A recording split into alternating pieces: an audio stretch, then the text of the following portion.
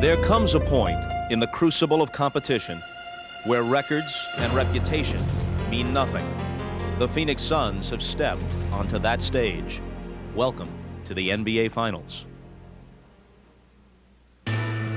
They played to the best regular season record in the league, 62 wins, home court advantage throughout the playoffs. 2 nights ago in Game 1, the Suns discovered what it means to play for the championship. Angered, flustered, seemingly overwhelmed by the moment.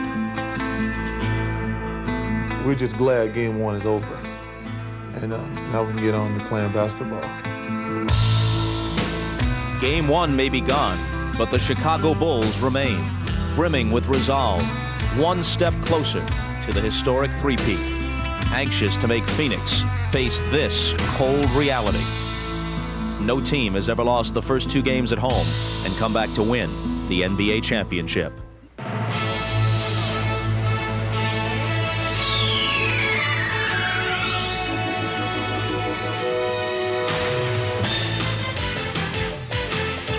This is the NBA on NBC. The 1993 NBA Finals. Tonight, Game 2 between the Chicago Bulls and the Phoenix Suns. America West Arena. It's been a glorious first season here for the Phoenix Suns, but there's a good chance they won't see this floor again until November if they don't win tonight. Their chances hinge on a return to form by Charles Barkley and Kevin Johnson, a combined 13 for 38 from the field in Game 1, with KJ held to 2 assists and thrown completely off his game by the pestering defense of B.J. Armstrong. Hi, everybody. I'm Bob Costas. Phoenix had the league's best record, but coming into the finals, there was a strong consensus that Chicago still had the best team. Pending the submission of further evidence, there's little reason to doubt that's the case. The Bulls are 12-2 in the playoffs. The Suns 11-8. What's more, the Bulls are a nearly incredible 6-1 on the road in the last 3 NBA Finals. To put it bluntly, if Chicago wins tonight, it's very hard to conceive of Phoenix winning 2 of 3 in Chicago to bring the series back here. The Suns have lived on the edge throughout the postseason, already having faced 4 games in which defeat would have meant elimination. That is not technically true tonight, but it is practically true. And it is against an opponent superior to any they have met so far. One other note, we mentioned that no team has lost the first 2 games of the finals at home and come back to win the title. The fact is, no team has ever lost the first 2 games of the finals at home, period, regardless of the outcome. How then do the Suns get the win they desperately need tonight? With some thoughts on that, here's the trio who'll call the game: Marv, Mike, and Magic. Marveloso. Thank you, Bob. And in Game 1 on Wednesday night, it appeared to be a very tight, very jittery Phoenix Suns ball club. It was a frustrating game for Charles Barkley, who missed 16 of his 25 shots from the field, and he was upset with his performance. If you check the final 3 quarters, we thought we played really well, really aggressive, but we never really got our composure back after the first quarter. And I think that was due to over-anxious. I was rushing everything. And I have a lot of responsibility, because if I play well, these guys feed on that, and if I play bad, they feed on that too, and I did not play well in Game 1. All right, Magic, what do the Suns have to do to turn it around here in Game 2? Well, the Phoenix Suns must do 3 things. Now, number 1, they must play aggressive defense. Get out and touch every Chicago Bull player. Number 2, KJ must find a way to penetrate to get easy shots for Dan Marley and Danny Ainge. Now, here you're going to see 2 traps by the Chicago Bull team. Now, those lines in the middle of the lane, that's where KJ wants to get to. And that's where the Chicago Bulls don't want him to get to. Now, here's 1 trap here. They're going to turn him back, and then you're going to see the 2nd trap come and make him pass the ball. Now, the effect of this double team hurts Danny Ainge and Dan Marley. They were 1 for 5 from the 3-point line. Now, normally, they get up 10 attempts from the 3-point line. So, again, they must pressure defense. KJ must penetrate, and Danny Ainge and Dan Marley must hit the 3-point shot. So, Magic, the pressure clearly on the Suns. Mike, what is the approach of the Bulls coming off what has to be considered a clear-cut victory in game number 1? some teams might come out here this evening with a sense of satisfaction that they won the first game on the road, at least have a split, and then go back home for 3 straight. Not the case with the Chicago Bulls. Coming out of practice yesterday, the emphasis was to be aggressive, win this game tonight, go back home, end it. They don't want to leave Chicago anymore. And it comes directly from their leader, Michael Jordan, who I spoke with earlier, and the decision will be in Michael's hands. Come out as a scorer or come out as a passer and get his teammates involved. He'll make that decision when the game starts. One of the other big factors in game 1 was the defensive play of Horace Grant against Charles Barkley. They played straight up, tried not to double team. Barkley got some looks, but not able to convert a lot of easy shots. I would expect a lot more double teaming from Chicago early because they knew that Barkley got in the lane a little bit too often, and oh yeah, the double teams will come with big people. All right, better than 19,000 capacity crowd here at the America West Arena. And they are getting set for the singing of our national anthem, which will be handled by Huey Lewis and the News. Good evening, ladies and gentlemen. Welcome to the America West Arena and game number 2 of the 1993 NBA Finals between the Chicago Bulls and your Phoenix Suns. Ladies and gentlemen, it is time to honor America. The Suns are pleased to present our national anthem, sung for you this evening by electro recording artist Huey Lewis and the News.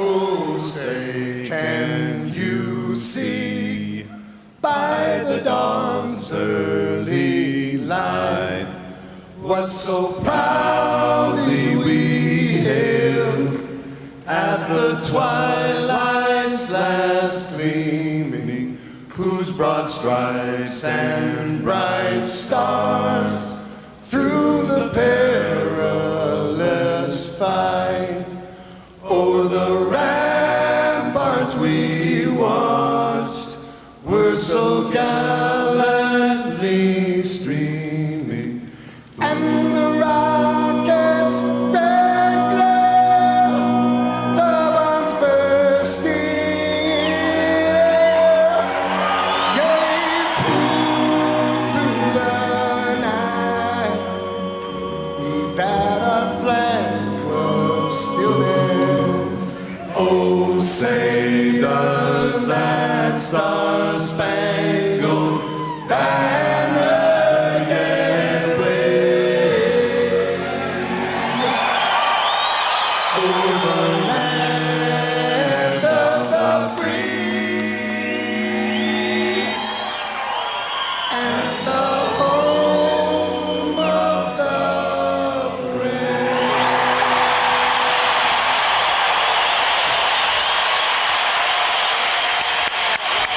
Nice job by Huey Lewis of the News, hearing it from the crowd here in Phoenix. Now let's check in with our sideline reports. Once again, we're joined by both Ahmad Rashad and Hannah Storm. First to Ahmad.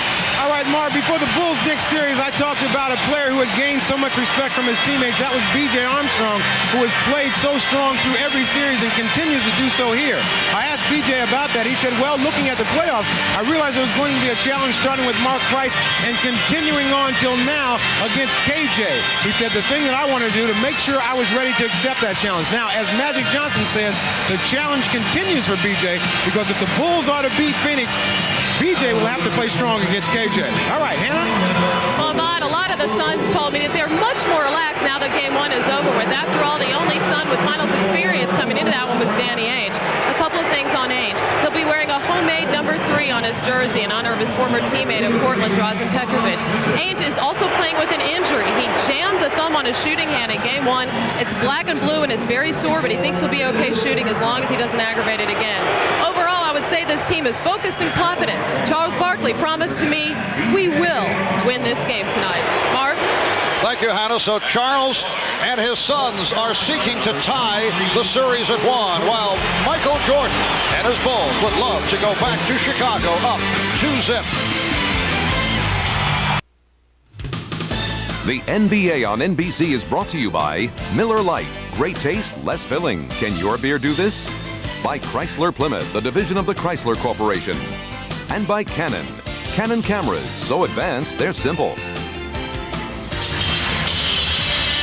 Another beautiful day in the Valley of the Sun. Temperature at 105 degrees at one point late this afternoon. Some encouragement to the Suns. The last three teams that lost game one at home came back and won the NBA Finals. The 91 Bulls, 88 Lakers, and the 84 Boston Celtics. Checking the starting lineups for Chicago. Michael Jordan, B.J. Armstrong open in the backcourt.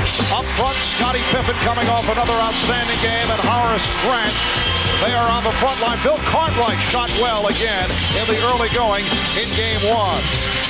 And there's the coach of the Chicago Bulls, 47-year-old Montana native Phil Jackson in his fourth season as Bulls head man. Dan Marley, Kevin Johnson in the backcourt. Suns look for Kevin Johnson to turn it around. Richard Dumas, who had a good one. Charles Barkley also looking for a bounce back in game two. And the center, Mark West, who played only 14 minutes on Wednesday night. Paul Westphal, the Suns head coach, 42 years old, finally got a shot. He was tabbed as Todd Fitzsimmons' successor for years. He was a Suns assistant for 4 years, five-time NBA All-Star. Standout career with the Suns, Celtics, Sonics, and the New York Knicks. The officials, Jake O'Donnell, Jack Madden, and Joey Crawford. And we're ready for game number 2 of this best of 7.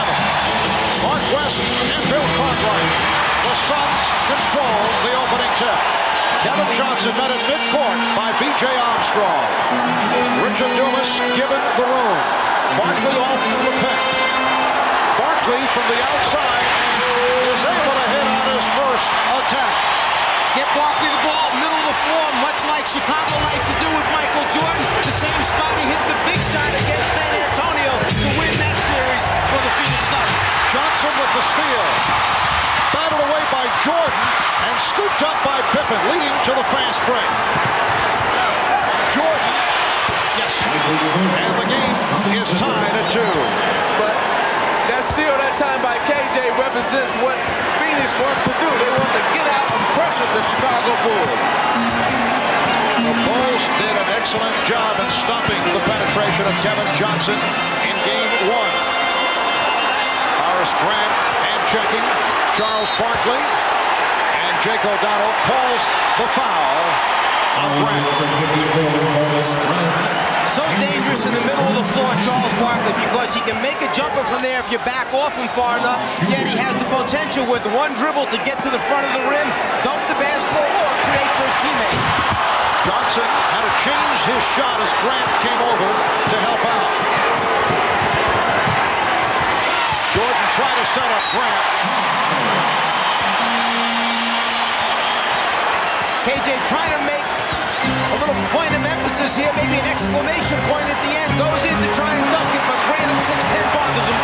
And B.J. Armstrong has come up hotly, got picked off by Mark West, who moved to center court to try and help out Kevin Johnson by setting a pick. The ball deflected out. It will be Phoenix possession. I tell you, if BJ is hurt, that's only going to help the Phoenix Suns and KJ penetrate more. Barkley from deep. The Suns and the Bulls are tied at 2. Oh, beautiful alley-oop for Scottie Pippen. A look-away thrown by Michael Jordan. Not a bad look-away pass to throw it about 26 feet, put it on the money, and then it's nice to have a guy like Pippen to convert for you. Here's Dumas. Hard driving move by Richard Dumas. The rookie from Oklahoma State did not play at all in Game 7 against Seattle. Tom Chambers started, went most of the way, but he came back strong in Game 1 of this series. Pippen lost it. Dumas with the steal. 3-on-1 for the Suns.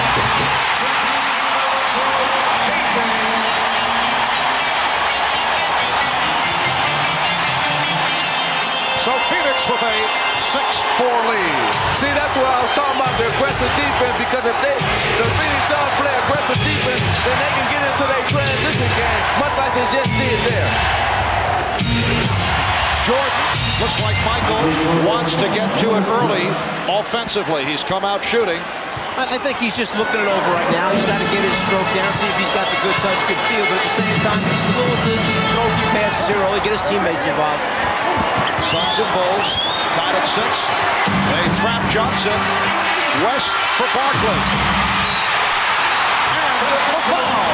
And more importantly, we're talking about a foul on Grant, which is 2, and they need him to play Barkley. Well, let's go back to aggressive defense by the Suns, Richard Dumas, which gets Phoenix into their style of play. The best for them, the open court.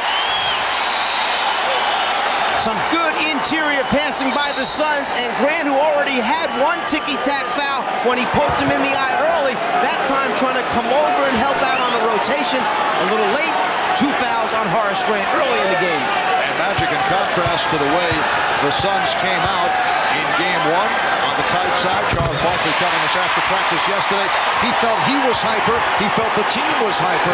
A different story thus far here. Well, they're more relaxed, and also they're playing better defense. Foul called. West came over, got a piece of it, and picked up the personal. Now, this is a strong move by Phil Jackson to leave Horace Grant out on the floor this early with 2 personal fouls on him. No one knows the team better than the head coach who sees him every day in practice. But normally you would pull him out and substitute, so you happen to use the other 4 fouls for the rest of the game. Phil Jackson making a move of staying with him. He's got confidence in him. Scottie Pippen only 3 for 9 from the line on Wednesday night. Gets on his first. Suns with a 9-7 advantage. Scottie Pippen 12 for 20, 27 points. A terrific all-around performance in the opening game of the series. Here's Chicago going to the trap. Marley protecting. And then fires down. Suns fortunate to come up with that loose ball, and Dumas has given Phoenix an 11-8 lead. And you saw the long pass, something that's a trademark of the Suns team. When they're playing loosey-goosey like they like to play, you'll see a lot of long baseball passes. In fact, George Karl mentioned they're the best in the league at going over the top with long passes. Jordan got the step. Cartwright had it knocked away, but a loose ball foul is called. That's the second on Mark West. Well, here on the trap, you must be aggressive. You must attack when you're being trapped. And that's what the Phoenix Suns do. They are aggressive and get a dunk out of it. Anytime you trap, you must try to score against the trap. Early departure for that man. Mark West played only 14 minutes. Hit 3 of 3 from the field the other night, but picked up the early 2, and Oliver Miller has come on and blocks Cartwright. Oliver Miller, the rookie from Arkansas, coming up with the rejection. Nice hesitation move by Kevin Johnson. So the Suns lead 13-8. Pippen right back. Yes, Scottie Pippen wasting no time getting down court. The Suns lead by 3 with 4 minutes gone by, and they have opened at a quick pace. It is Phoenix Suns pace here at the outset. Suns have made their last 5 from the field. Marley for 3. Pippen has Grant in the open floor. Yes, and it counts.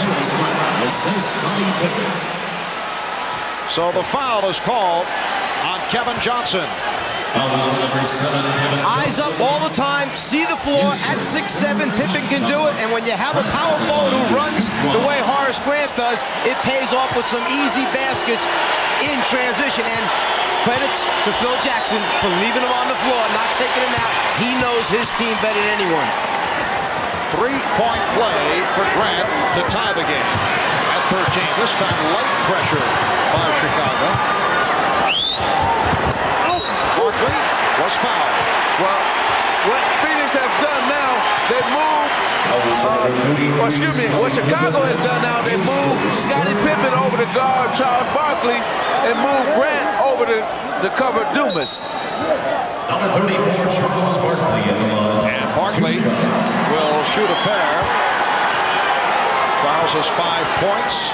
1 for 1 from the line and 2 of 3 from the field. And Magic, they opened up the game, the Grant-Barkley matchup. What did Phoenix do? Brought Barkley to the top of the circle to try and get Grant to have to guard him out in that area where he could beat him off the dribble. But as soon as Pippen went on him, they put Charles right down in the hole and posted him up. Charles bigger and stronger than Scottie Pippen.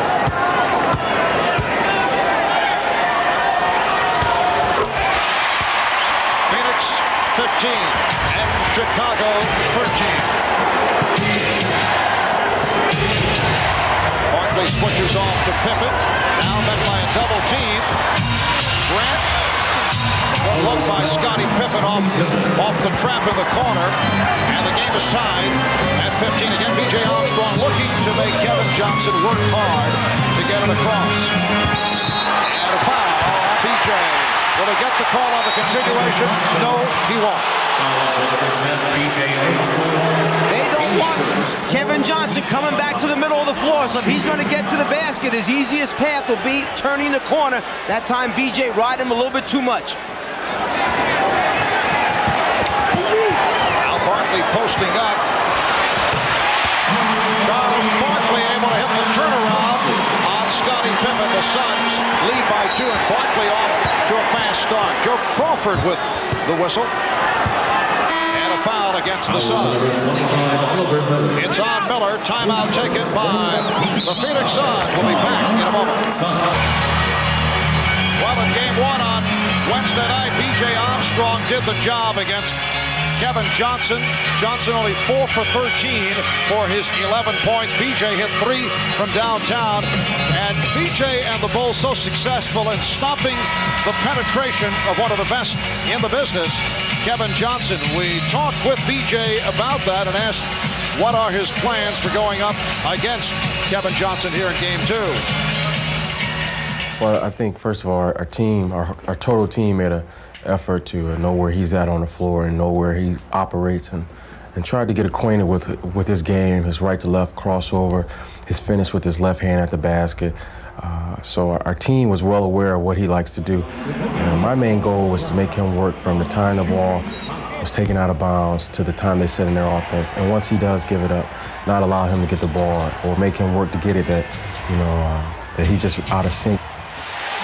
Well, Bill Cartwright able to hit, and the game is tied at 17. The little things that KJ pointed out go back to the conversation with Phil Jackson, coach of the Bulls, prior to the first game, saying that Richard Dumas hits a little 12-footer from the baseline, saying that knowing the players and the little things they like to do might be more important against Phoenix than actually the X and O part of it.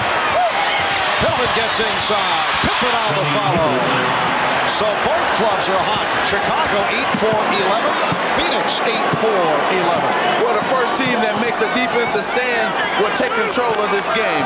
So far, it's been back and forth offense on both ends of the court. Game tied at 19. Here's Dumas. Back tap by Jordan. And Armstrong brings across just under 6 minutes remaining. First quarter. Marv Albert, Mike Fratello, Magic Johnson, Bob Rashad, and a storm from America West Arena in Phoenix.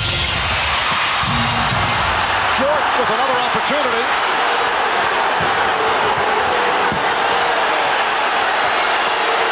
Crowd reacting. They felt that Jordan pushed Marley away as Marley went for the steal. That's a traveling violation on Pippen. Let's go back to the last play for Phoenix. You have the player coming over to set the screen. The defensive man, Cartwright, must stop KJ from getting to the middle of the floor. It's what Magic talked about in the beginning. They don't let him get to the lane area, but he still creates a shot for a teammate. Chicago's 4th turnover, giving the ball back to Phoenix. Scott Williams guarding Charles Barkley. Williams coming on for the first time. Jordan for 3. Yes.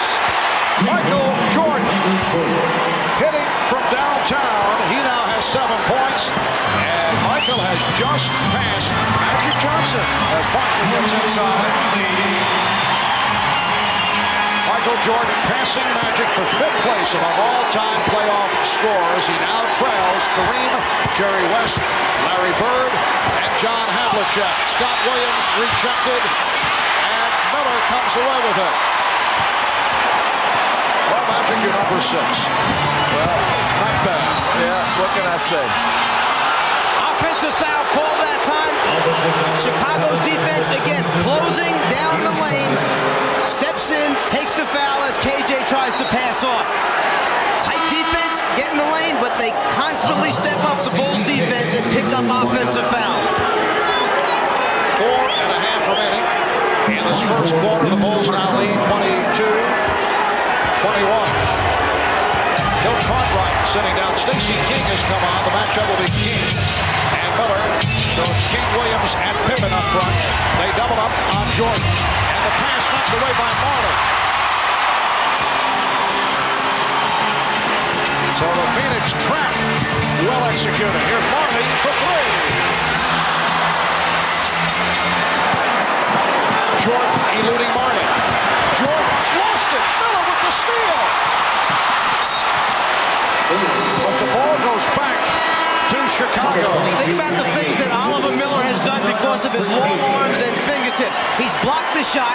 He has challenged Jordan in a double team, and here he just flicks in quickly with those long arms and long fingers and forces a turnover. Timeout called with 3:56 to go in the first. A brilliant sequence for the rookie Oliver Miller. First, the block shot, his second of the quarter, 5th in the series, 52 for the entire playoffs in 20 games, and then the steal as he was able to strip Michael Jordan. You talked about the long arms. Check out the wingspan, 91 inches, which is equal to 7 foot 7 inches, about the height of Manute Bol. Wingspan roughly equivalent to your height. We guess that Manute, Sam Perkins, along with Oliver Miller, have the widest wingspans in the NBA. Would you agree with that? I would definitely agree with that. And another thing with the Phoenix Suns, they've done so far one of the 3 things that they wanted to do to win this game, and that's played aggressive defense so far. Oliver's net size only 17, though. It's all of the wingspan. Danny Ainge has come on for the first time. Bulls lead by 1. Here's Pippen on a fadeaway. Knocked away by Barkley. Marley met by Trent Tucker, who just came on. Barkley sets for the 3. And the Suns not able to hit from long range. Scott Williams knocked away by Marley. Scott Williams had the strong game on Wednesday night. Really did the job off the ball. Scott Williams was in there for the final 12 minutes of the basketball game, and when he was on the floor, Chicago was plus 11 against Phoenix. So that means without him, they were actually down. They have a lot of confidence in Scott Williams. Tom Chambers, who came on just a moment ago, is called for the foul, and Stacey King will go to the line. Tom Chambers did not get the playing time the other night, coming off the good one against Seattle in 7. Magic, I want to go back to the last possession for Phoenix when they pulled up and Charles wound up shooting the 3-pointer. And we understand that Charles is going to take his threes every so often from behind the 3-point line, but that particular time, I would say, was not the right decision. And looking over at Paul Westphal, he was not real happy with that shot selection. Well, that's because you got your best rebounder shooting a 3-point shot, and you take your best rebounder from the basket, and nothing good can happen for you. Oh, Marley able to get to that loose ball, and Chambers blocked by Williams. Pippen for Jordan. And Trent Tucker able to get to it. Bulls with the ball. They lead by 3.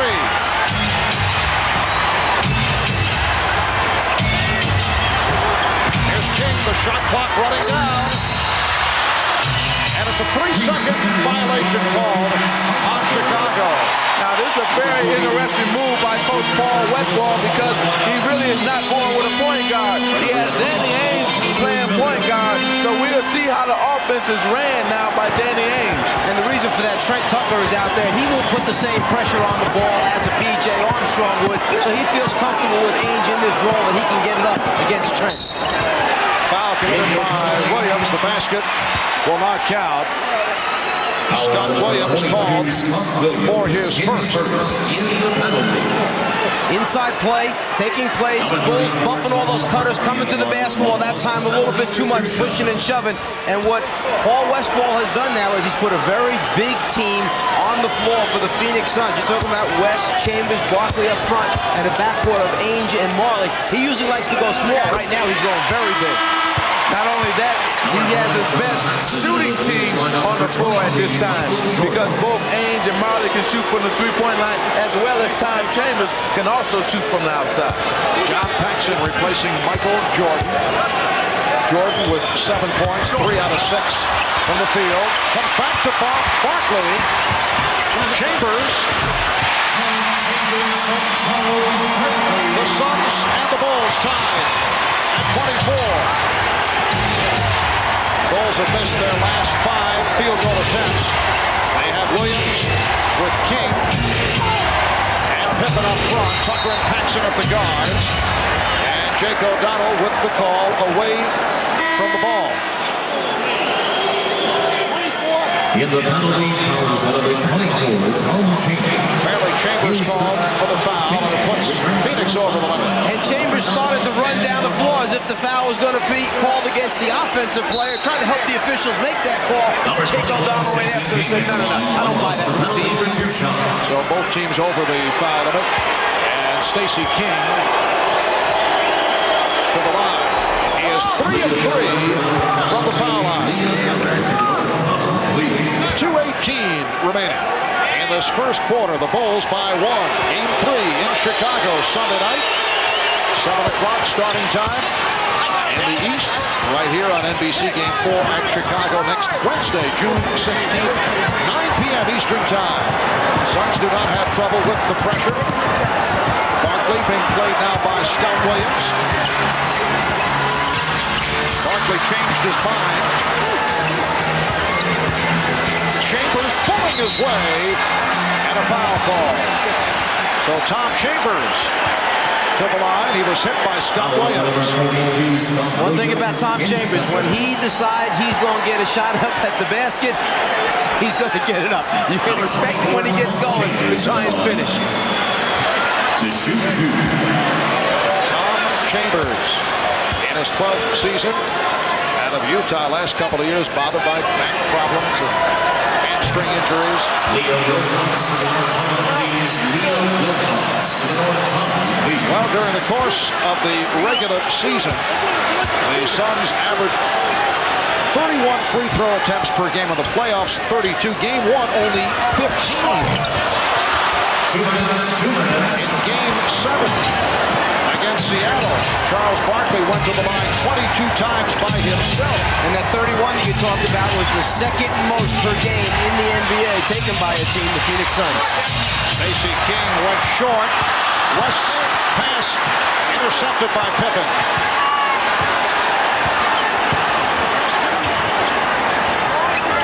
Chicago looking for Trent Tucker to get into it. Stacey King. Rebound Charles Barkley. Barkley try to lead Johnson. See, it's always difficult for when you're a point guard to now get out on the wing and receive the pass. Here's Charles Barkley, who normally is on the wing, and KJ, who normally handles the ball. They reverse roll and they end up in a turnover. Bulls have missed their last 7 from the field. We come up on 1 minute left in the quarter. They get 0 for the last 8. Although Chicago leads 26-24.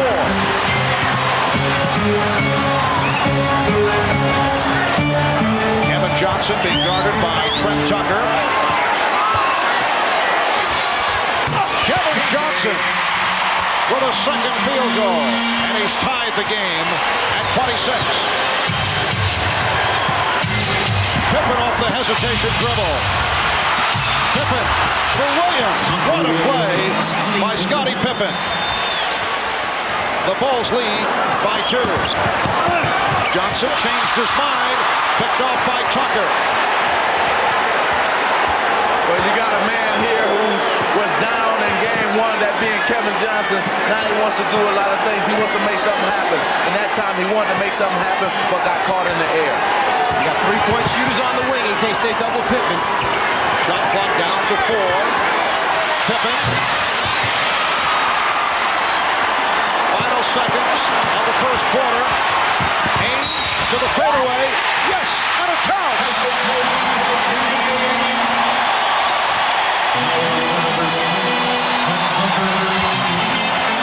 Foul committed by Trent Tucker with 2 1/10 seconds remaining in the first quarter. Last thing Chicago wanted to do is give the Phoenix Suns an opportunity to finish off the quarter with a three-point play. The problem is that they had to get a shot up at the other end of the floor with what you would call a lot of time left, meaning about 8 or 9 seconds remaining on the game clock. So Phoenix was going to come down and get some kind of good shot up, providing they didn't turn it over. Danny Ainge very quiet in game 1. Now trying to complete a three-point play. 85% free throw shooter this season. Suns by 1. Pressure on the inbound. Final seconds of the quarter. Pippen for Tucker for 3-point. That would have counted. The Suns hearing it from the crowd. A first quarter that was tied 10 times, but after one, Charles Barkley very much into it. 4 of 6, 12 points. It's the Suns 29 and the Bulls 28.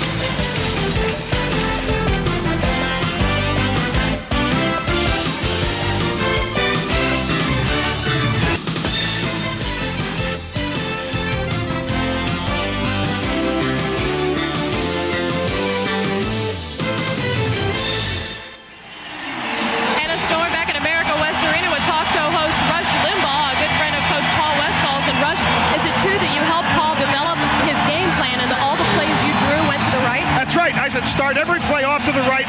Try it first. It's been working lately. Now, you're a very opinionated guy, but you told me earlier tonight that this team sort of reflects your political views. Well, sort of. This is a team of rugged individualists who play well as a team, and the key to their success tonight is for each guy doing what he does best. They're not down by 20 tonight like they were the last time. They got that first game under their belt, and I think you're going to see the real Phoenix Suns as this game goes on. Which looking good? It's a team of destiny, Hannah. All right, thanks, Rush. Mark? All right, Hannah. As this second quarter gets underway, Michael Jordan gives it up to B.J. Armstrong. And the Bulls now lead 30-29. Czar, can you imagine if Rush Limbaugh did play-by-play for the Phoenix Suns? That's a foul on Danny Ainge.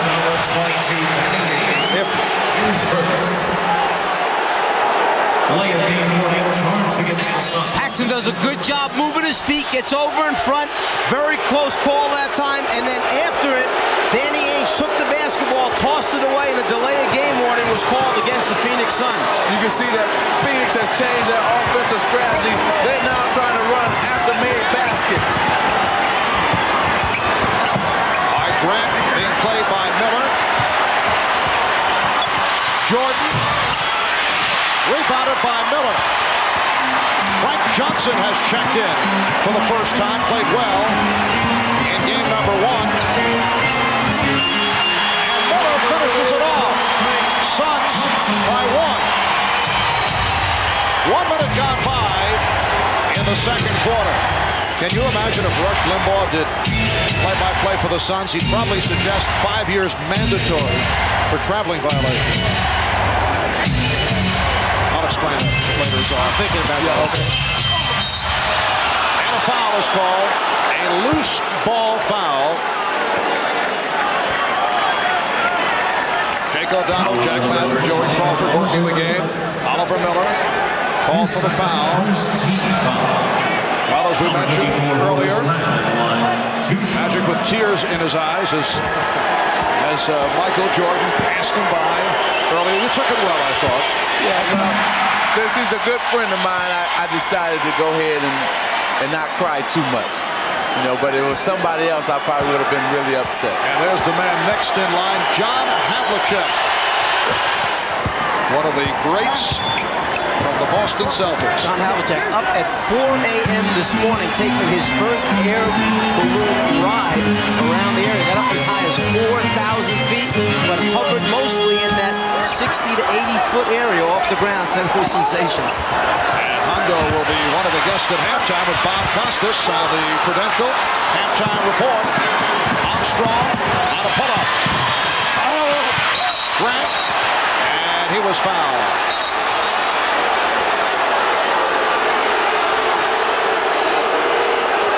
Tom Chambers disputing the call. Frank Johnson raising his hand. And let's see who the foul was called against as Charles Barkley is being waved in. No official word. It is Johnson. And Chambers will sit down, replaced by Barkley. Obviously, Frank Johnson, with a reputation for being honest, he held up his hands, so the officials went along with the call. Game is tied at 31. Michael Jordan with 9 points, and the Bulls lead by 2. Armstrong applying pressure on Johnson. Johnson played only 9 minutes in game 1, hit 4 of 7, 8 points, did a good job penetrating. Barkley stepping around Grant. 14 for Barkley, and he's tied the game at 33. Nice job of raising up, getting Grant to commit a little bit too much, took him out of his defensive stance, and it was a matter of putting it on the floor and going around him. Grant, Miller with the rebound.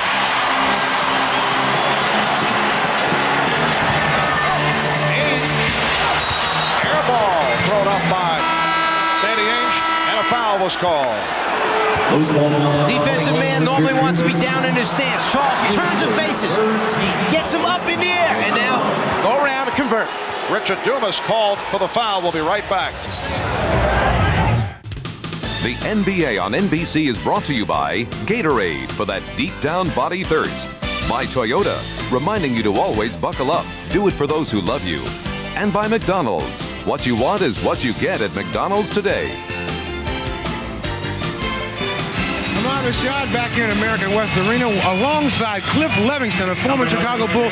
You were the inspirational leader on this team last year. How they got along without you? Well, they're focused. They know what it takes to get to the championship game again, and they know what it takes to win it. And right now, they're staying focused throughout all the ups and downs of the game. I think they're going to stay right on target and win the ball game. Cliff, as focused as they were last year, this year there seems to be a calmness about this team in these finals. Well, they're being smart. They set everybody up to think they weren't going to be in it, but they're in it. All right, thanks, Cliff. Good luck to you. All right, Marv. Thank you, Ahmad. Cliff Levingston came up very strong in the playoffs the last couple of years. Michael Jordan with a sweet stroke. Cliff played in Greece this past season. Bulls lead 35-33. And the exchange for Chicago was giving up Cliff Levingston, bringing in Rodney McCray. They lost the energy, the rebounding, the defensive play, and toughness of Levingston, hoping McCray would fill that void. He has not done it this season. That's been a disappointing injury hit year for Rodney McCray. Paxson able to penetrate. Well, I think right now with Phoenix, they're playing well defensively. And Coach Paul Westphal should feel good about that, but they got to get back here. And Grant able to hammer it home. He thought he was fouled. Phil Jackson is very upset, but no call. The Bulls now lead 37-33. See, defensively, the Phoenix Suns must get better. They must try to get a few stops. Now, Oliver Miller's been good on defense for them, but the team defense hasn't been that good. And a blocking foul. John Paxson is called. This year off at the end, Grant with the finish. Barkley challenges, and after the basket, the entire coaching staff of the Chicago Bulls was up. They felt there should have been a foul on Barkley. Barkley with the effort. That's how you tell your big people to finish plays off. Don't put it up and lay it up. Dunk it when you can. And Marley will inbound. A quiet first half from Marley. He is 0 for 3, scoreless. Started slowly the other night, then came on.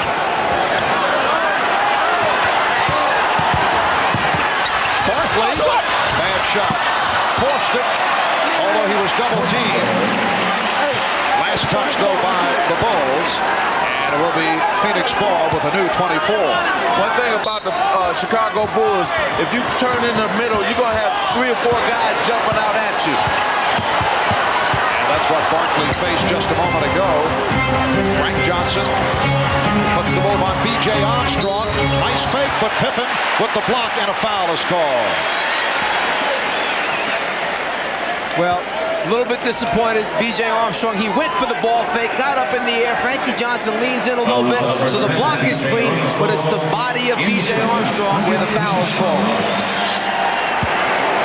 Second on Armstrong, 2 apiece on B.J. Armstrong, Horace Grant, and Scott Williams. Frank Johnson to the line. Frank Johnson, 34 years old. Who played in Italy in the last 3 years after spending 7 seasons with the Washington Bullets, a year with Houston. He was a first-round draft pick of the Bullets. And has been a major contributor off the bench for the Suns, in particular in the playoffs. Bulls have a 2-point lead. Again, Jordan facing a double team as Miller comes over to help. It leaves Scott Williams open, and he takes him to the hole. Well, right there, you saw that Charles Barkley had to make a decision. Do I run out at Scott Williams, or do I continue to guard Horace Grant up under the basket? And you can see he decided to take Horace and the layup there by Scott. Miller. Good luck from Marley. Bulls 39. The Suns 37 with 5 minutes gone by in the second quarter. Grant posting Barkley. Williams. So Scott Williams getting to the offense. 6 points for Williams. The Bulls lead by 4. The pace is still good for the Phoenix Suns. It's an up-tempo game, and they love it. Pippen broke it up. Nobody back for the Suns. It's Jordan all the way. And a timeout taken by Paul Westphal. The Bulls by 6. We mentioned that Phil Jackson's got a lot of confidence. Well, Williams has a wide open jumper and then says, hey, why not take a layup instead of a jumper? So he goes uncontested to the basket for the first one. The next score doesn't come quite as easy because he's got to fake first, get Barkley off his back, then convert by dunking the basketball. Unselfish play by the Bulls. Give it to Michael. Let him get the 2.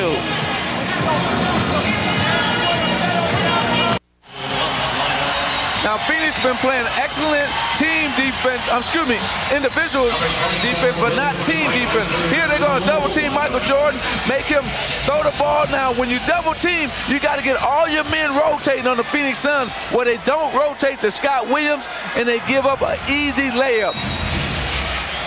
So you got to rotate, get good team defense. And that's what's killing the Phoenix Suns right now. Good individual defense, but poor team defense. And the Bulls have hit their last 5 shots. They now lead by 6. Their biggest lead of the game. Kevin Johnson has returned. Marley. And Barkley. Charles Barkley has 16. The Bulls now lead by 4. Just under 6 minutes remaining. First half. Marv Albert with the czar of the telestrator, Mike Fratello, Irvin Magic Johnson, Bob Rashad, Hannah Storm, Bob Costas will be along at halftime. Here's Jordan. Oh, what a pass for Horace Grant. You talk about beautiful, unselfish basketball. There's give and go. Pass, cut to the basket, get it back, and then either score or give it off to a teammate. Michael Jordan and the Bulls. Chicago by 6.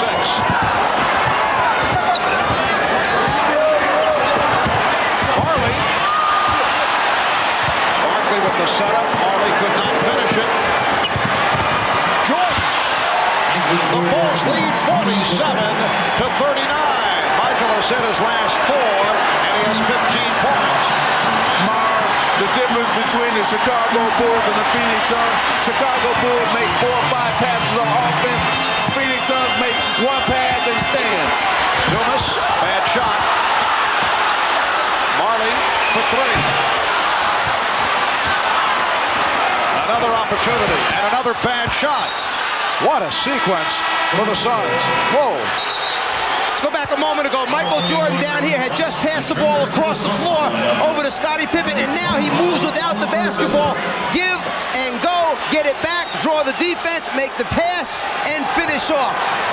Jordan, who moves as well as anyone in the league without the basketball, just draws all the attention and then unselfish play. Grant fouled by Marley. Chicago has hit its last 7 shots to take an 8-point lead with 4:33 remaining first half. Inside, Grant going up strong. Got to stop him from making easy baskets, so Marley takes the foul to prevent the score. Marley has been silent at the other end. He's 0 for 6. Once again, Phoenix not able to hit their staple through the regular season, not able to hit the three-pointers, and the shot selection on the threes has not been good. What happens is when you take so many of them, you're used to getting your share each game, and then when they don't come easy, you try to force some, or when you do get a look, you try to get it up there in a hurry. Especially on Chicago, you got to get it up in a hurry, or somebody be out there contesting. Chicago leads by 10. Kevin Johnson beating the pressure. Marley now played by Grant. Barkley being guarded by Pippen. Single coverage, and Barkley now has 18. Well, Danny Ainge did a smart move. Pass to Barkley, and he cut to the corner, knowing that Trent Tucker would not go down and double team Charles Barkley. Armstrong, yes. And the Bulls have hit their last 8 shots on fire. Marley tried to slip through and lost it.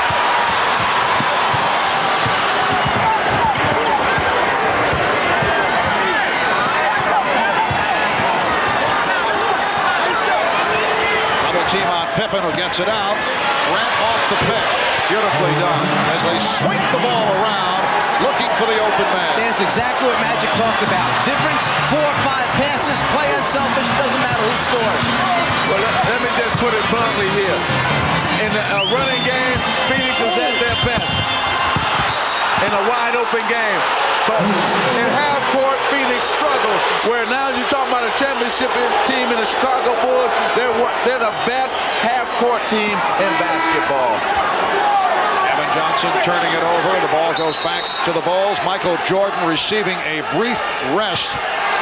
Try to check in, but the substitution not allowed. Trent Tucker was heading off. So Jordan will come on next whistle. Bulls in the midst of a 10-2 run. They've hit their last 9 shots as we come up on 3 minutes remaining in the first half. Chicago with its biggest lead. Johnson with the steal, stripping Cartwright. Here's Johnson for Marley, and he's fouled by Pippen. Sarcastic reaction from the crowd on the foul call. Pippen picks up his second. If they can just generate a little bit of easy offense, and that happens when you play good defense. KJ getting back in there, hands in on the center. Now gives it up to Marley, filling the wing on the right side. Pippen just takes the foul rather than give up the layup. This is a Phoenix Suns team that went 62-20 during the regular season, best record in the league. They've struggled in the playoffs, although they have reached the final round. Had problems with the Lakers, losing the first 2, taking the next 3 to win the series. Took San Antonio in 6, and then won a difficult 7-game series against Seattle. At home during the regular season, they won 35 and lost 6. 4 home losses, though, at the hands of Eastern clubs, and 3 of the losses after the All-Star break. Jordan on the recovery. Now, that's one you rarely see. The pass was slightly off, but he was still able to get it and was able to convert. Well, that's why he's so great. That's why he can do things that no other player can do. And actually, the Phoenix defensive player got a body on him. So, yes, the pass was a little bit short. Jordan couldn't extend, but Marley goes back and gets a body on him right there to prevent him from scoring. But Jordan recovers more quickly than Dan Marley. The Bulls have hit 10 of their last 11 from the field and lead by 12. Coming up on the Prudential Halftime Report, we'll be joined live here in Phoenix by former Celtic great John Havlicek. There's Hondo. His Celtics were the last team to three-peat. Actually, they won 8 in a row. We'll also talk with the two guys who figure to be the top 2 picks in this month's NBA draft. This is a live shot. Chris Webber at home, not watching the game. He's playing Nintendo or some kind of video game, unconcerned at present about the Suns and the Bulls. Of course, he led the Wolverines to the NCAA final each of the past 2 seasons. Sean Bradley will also be here, the highly regarded 7'6" center from Brigham Young. There's Sean. A busy halftime in just a few minutes, but right now let's head back to the court as we rejoin Marv, Mike, and Magic.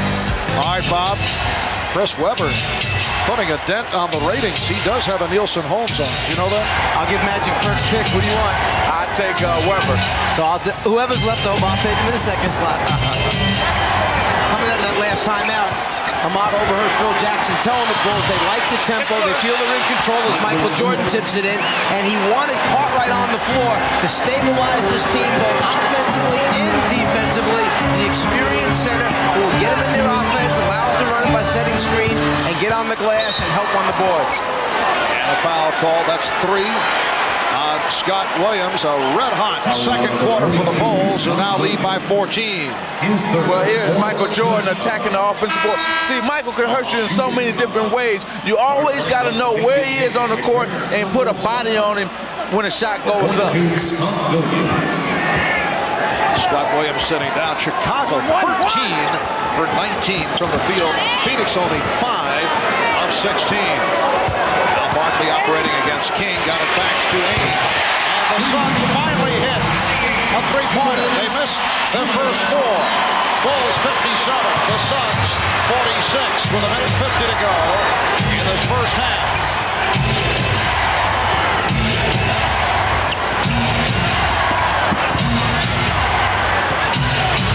Jordan chased by Chambers and Barley. They continue the double up. Shot clock at 1. King gets inside. Again, we're talking about team defense. See, you got to get a man rotate. You can let him pass it to the outside. Never let him pass it inside for a layup. Inside is the heart of the defense. Don't take away the heart. Bulls with a 13-point advantage. Barkley. Charles pulling his way and then going to the left hand. Charles Barkley's had a big first half, 20 points, but not getting the support. And Chicago leads by 11. Here's Pippen. Stolen by Johnson. Rare miscue by the Bulls.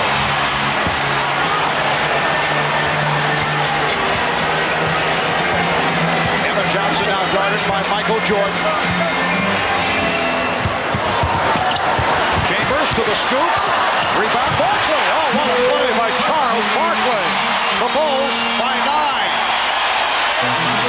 40 seconds to go in the half. 22 for Barkley. Jordan.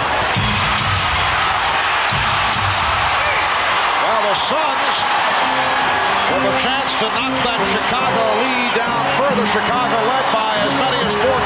If you're wondering why we were talking about 4 or 5 passes for Chicago and then suddenly Jordan shoots a quick one, he was trying for a 2-for-1. Get one up, see if it goes in. No, they'll get the last one back.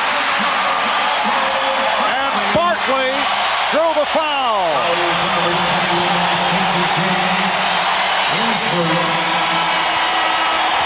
Penetration by Chambers, gets it up on the glass, and then Charles just rips it from between 2 Bulls and converts as he's falling down.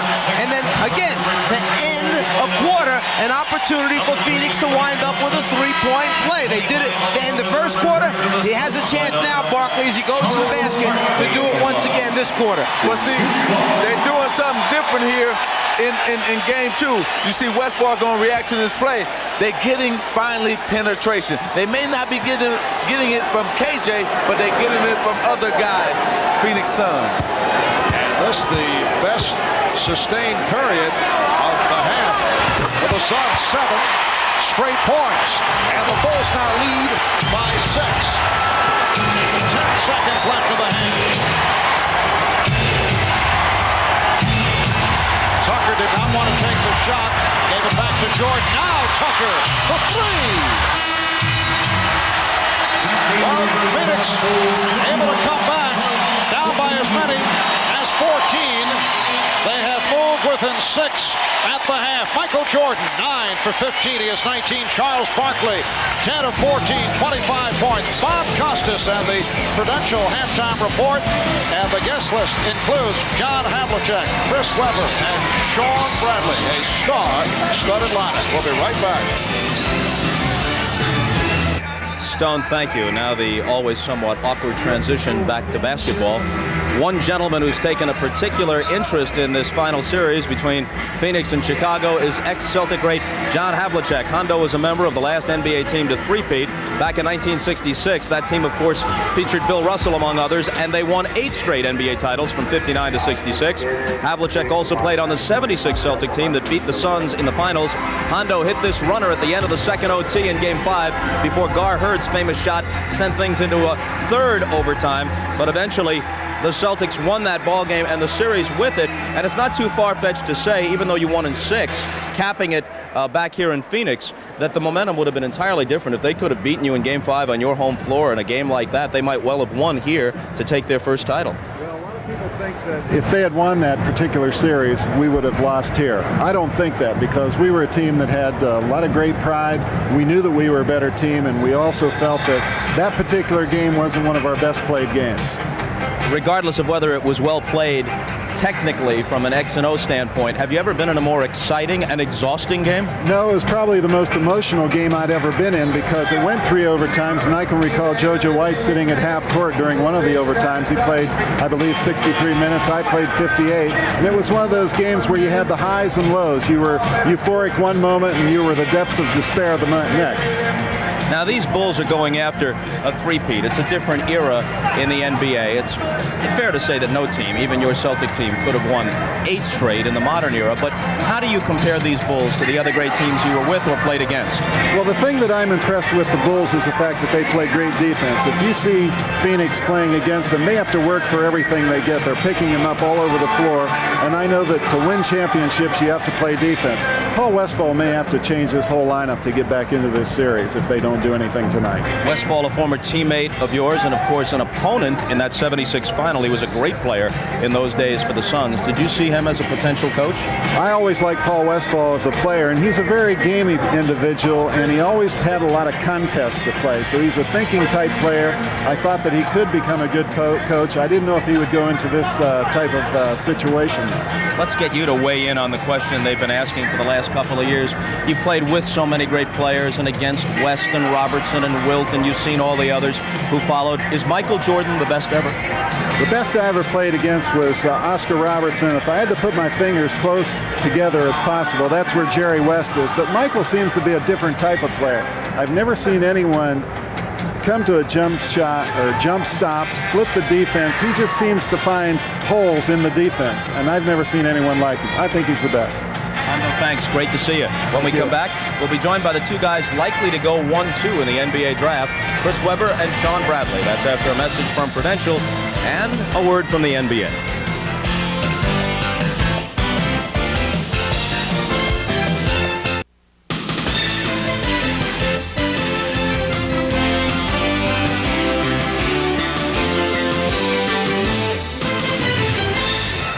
Well, the NBA draft is just under 3 weeks away. June 30th is the night, and the place is the Palace of Auburn Hills. That's pretty appropriate considering that Detroit native Chris Webber is expected to be one of the top picks, if not the first pick, which of course is owned by Orlando. Also expected to go in the first few choices is Shawn Bradley, the 7'6" center out of Brigham Young. Chris is going to be with us by satellite.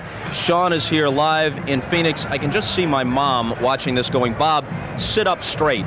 What good is it going to do? The guy is 2 feet taller than me. And then the question with you has been your weight.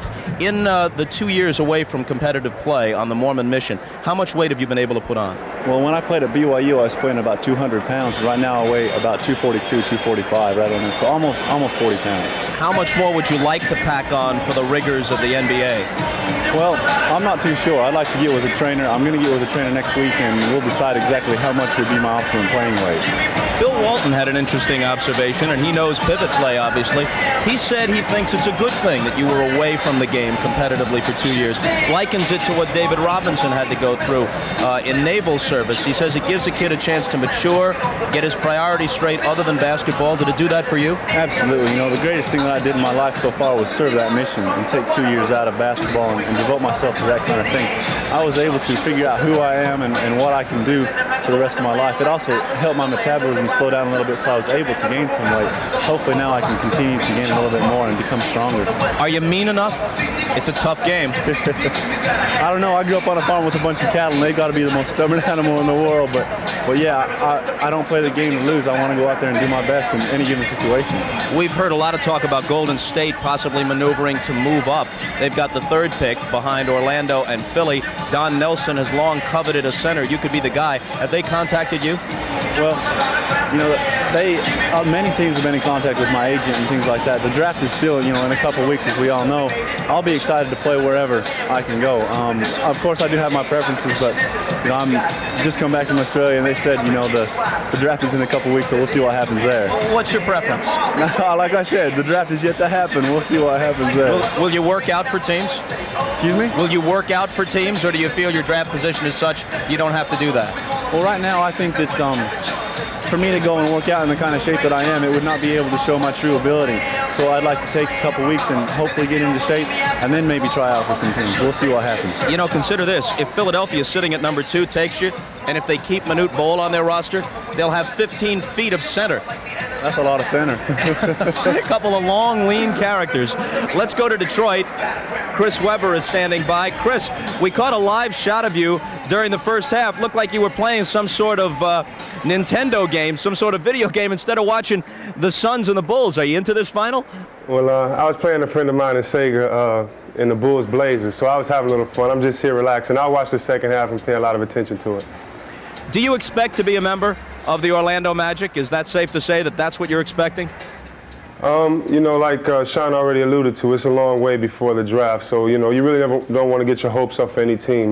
Do I feel I should be the #1 pick? Yes, I do. I feel I'm the best player in the draft, but I think each player feels that. And with Sean and Jamal and Anthony, I think no team can make a wrong decision with the first pick, so I think all of us just have to wait and see what happens. I understand you and Shaquille O'Neal are pretty tight. Have you spoken with him about coming to Orlando? I talked to him lottery day and the time after that, and you know, he just congratulated me. And when I made my decision to come out, I asked him if I should come out, and he said yeah. So he just said, "I told you so," and you know, yeah, we're pretty good friends. You may be the best player in the draft. You're used to being the best player on your team. If you go to Orlando, the spotlight won't fall first on you. Are you prepared to deal with that? You know, players like to play, and put me in a position with 4 scrubs or 4 great players like Shaquille. I just want to fit in. I don't have to get the spotlight. He's a great player. He's a franchise player. Just let me come in and do some dirty work. Let me dive on the floor or something, you know, and just let me try to fit in somewhere in the NBA. I hope there's a place for me. How tough is it to sit and wait and not know the fate at this point? It's real tough, but then again, you can set goals and say, well, I have 25 days to work until draft day or whatever. So it gives you a good timetable. It's not that hard, but yeah, I'm really waiting for that moment. Last question real quick. The Bulls are winning here. Are you winning the video game? Oh, yeah, I already beat them. And Isaiah Thomas scored 35. And, my team beat Mike Jackson's team by about 50. By 50. All right, switch the channel over and enjoy the second half with us. Thanks, Chris. All right, thanks a lot. Okay, and our thanks to Sean Bradley as well. It's the Bulls over the Suns, 59-53, and we'll turn things over to Marv, Mike, and Magic for the call of the second half right after these messages from your local station. This has been the Prudential Halftime Report, brought to you by the Prudential. Peace of mind. It comes with every piece of the rock.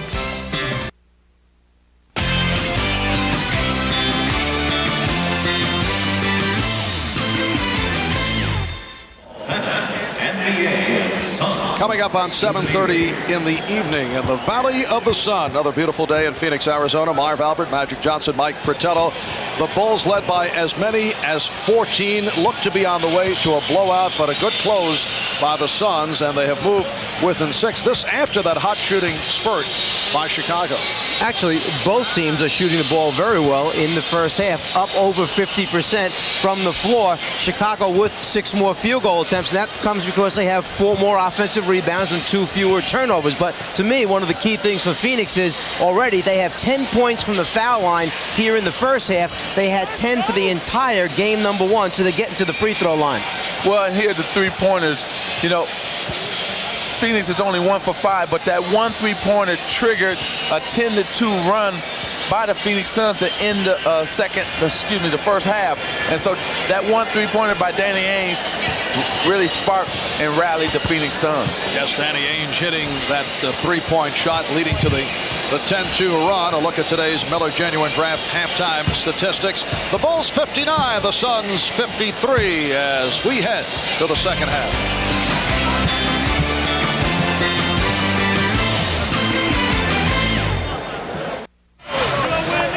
Welcome back to Game 2 of this best of 7 NBA Final Series. A look at the leading scorers. Michael Jordan in the first half, 9 out of 15. Hit 1 from downtown. He is 19. Horace Grant with 14 points. Charles Barkley, 22 minutes, 10 out of 14. 25 points. The only Phoenix Suns in double figures. Barkley has been so effective because of his shot selection. You know, in game number 1, he was 7 for 15 from the inside and 2 for 10 from the outside. But here already in the first half, 8 for 8 from the inside, 2 for 6 from the outside. And you can see Michael's jumpers, 11 for 28, but inside, he rarely misses. And Barkley rebound. His 7th rebound of the game. Barkley all the way, rejected by Pippen. Tom Chambers starting the second half. Yes, and it counts.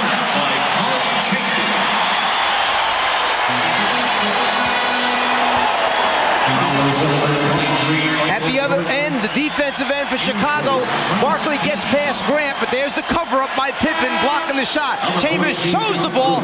It's called the old up and under, and Michael coming from behind gets a piece of his head. So Chambers goes to the free throw line for a potential three-point play. I like how the Phoenix Suns are starting the second half because even though Barkley got his shot blocked, he was going to the basket. The same thing with Tom Chambers. At least they're taking it to the basket. So Paul Westphal starting Tom Chambers rather than Richard Dumas. Suns with a 13-3 run that goes back to the latter stage of the second quarter. They are within 3 points. Scott Williams. Jordan trying to break it up. And it's Phoenix ball. Correction, it is Chambers starting rather than Mark West. Chambers up front along with Dumas and Barkley, Johnson and Marley at the guards. Chambers got the step. Well, the veteran providing the spark has brought the Suns within 1 point. The reason Paul Westphal went to Tom Chambers starting the second half because he wants more offense in the game. That's the reason he started Tom Chambers. And the Bulls have started Scott Williams, Reverend Bill Cartwright. Phoenix with a chance to take the lead.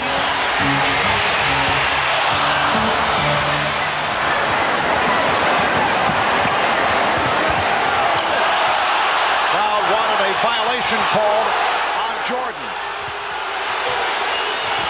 Nice play, and Scott Williams extends. So the Bulls with a 61-58 advantage. 2 minutes gone by, third quarter.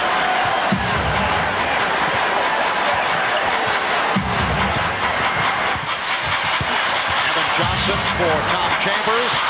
Michael Jordan knocked it away.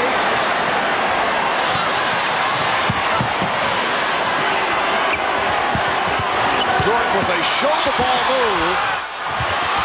Jordan on the follow, and he drew the foul. Charles Barkley, his first. We're right here. Scottie Pippen gonna go baseline, then spin back to the middle. He draws Chambers, kicks it to Scott Williams for the slam dunk. And Michael Jordan takes the basketball and decides that he is going to make some things happen for himself by putting the ball on the floor. And remember, against New York, not too many times did he get to the front of the rim. Against Phoenix, it's a little bit easier. Even though he may miss the first one, he stays with it and gets another opportunity. Oliver Miller is back. Richard Dumas sitting down. Oliver Miller played well in the first half in a 13-minute stint. Chicago 63, Phoenix 58. Here's pressure by the Bulls. Johnson had to hold up on the dribble. Pass too strong. They got what they wanted. Phoenix tried to attack. Chicago comes up with the turnover.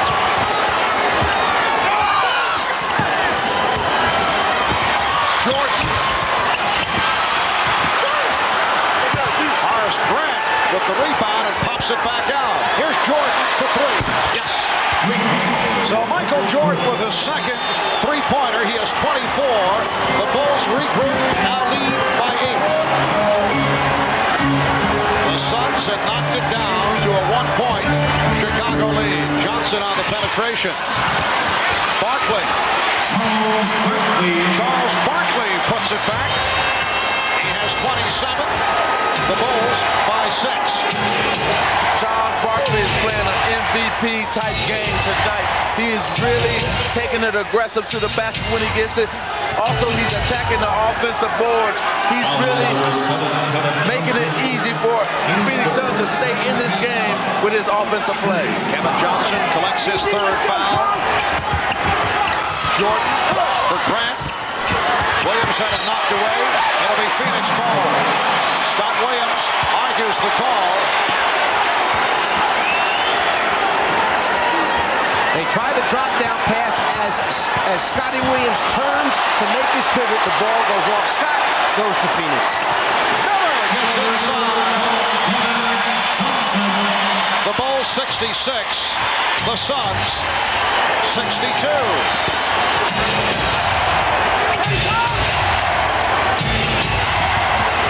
Jordan with the spin gives it back. Grant.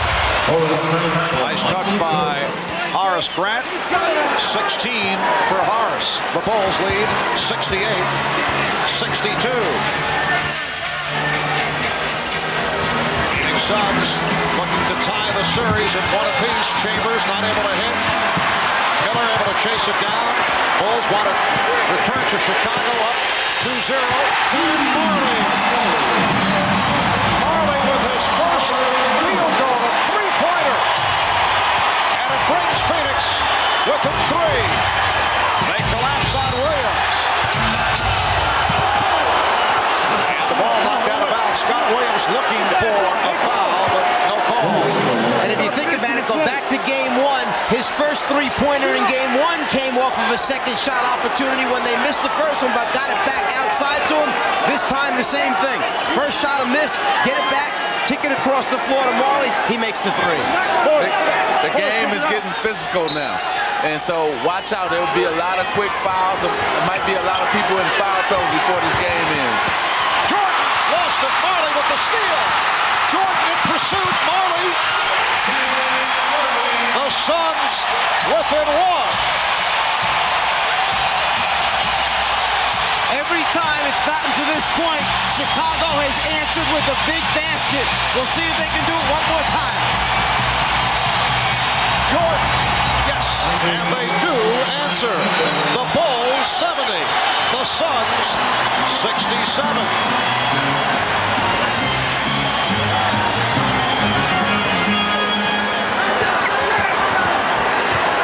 Played by Jordan. And Pippen has Armstrong in the clear. And we get a call, a fouls call. Barkley was cut off at center court by Scottie Pippen as Barkley was trying to race down court, and the basket will not count. Charles Barkley gave the extra effort to try and run down what appeared to be a certain layup. To me, there's no call involved there. That had nothing to do with the outcome of that play. Should not take the basket away. The NBA on NBC is brought to you by Ford and your Ford dealer. Have you driven a Ford lately? By AT&T, the official telecommunications company of the NBA. And by Merrill Lynch. For clients around the world, we make a difference. The difference is Merrill Lynch.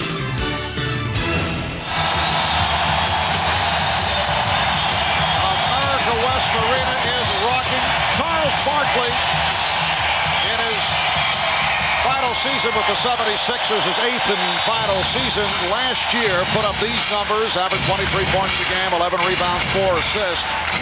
And this season, coming over to Phoenix, upping it to 25.6 per game, 12 rebounds per game. And that doesn't really tell the whole story, because in this situation, he's done it in a more meaningful campaign with the Philadelphia 76ers, who were out of it most of the way last year. It's really hard to measure averages, and Charles has stepped up in a big way, an MVP season, and he has come back today after the bad game in Game 1. Here's Armstrong off the turnover, goes to the pull-up.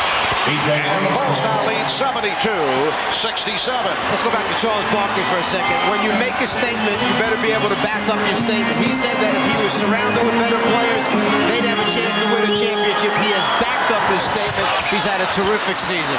But a bad shot by Barkley. You mentioned the better shot selection by Charles. There have been a couple that have got off the mark. We just saw it a moment ago, and it leads to another Chicago field goal. B.J. Armstrong with 8 points, and he's increased that Chicago lead to 74-67. 5:40 remaining in the third quarter. Johnson off the dribble, rejected. Grant came over to help. Here's Chambers, and Jordan rebounds. See, that's what I was talking about, the half court. Here's Pippen on the layup, and the basket counts. We'll go to this with Mike first, and then I'll come back with my point. Well, you said close down the lane when he gets there. If you've got shot blockers, what happens is it usually winds up producing easy scores. When you've got numbers on the break and a shooter like B.J. Armstrong, you wind up with a lot of easy points. Down the lane, try and convert. Nope. Instead, we'll let another big guy come over. This time, Grant gets a piece of it. See, their whole thing with KJ is they want to send him to the middle, and then they're going to converge on him, the Chicago Bulls, and try to block his shot or take a charge. Now, Phoenix, the way they got into the game, they were running, getting layups and dunk shots. Now, they're going back to that half-court game, and they're struggling, and that's why the Bulls have gotten their lead again. Scottie Pippen, that field goal, his first points since the first quarter. And Chambers with the bad pass. The Bulls in an 8-0 run and lead 76-67. Again, half-court offense. They're struggling in the half-court offense, but when they get the ball and get out in the open court, they're making good things happen for them. That's the Phoenix Suns. Harley cut off the baseline. Jordan went back in that direction. He thought it was fouled, and Grant able to convert. Horace Grant has hit 7 of 8.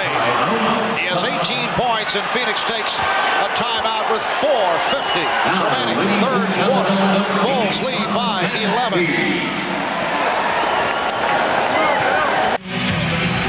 Ahmad Rashad back at America West Arena. Now, if you've ever wondered what it would be like to be like Michael Jordan, well, imagine people trying to find you everywhere you go.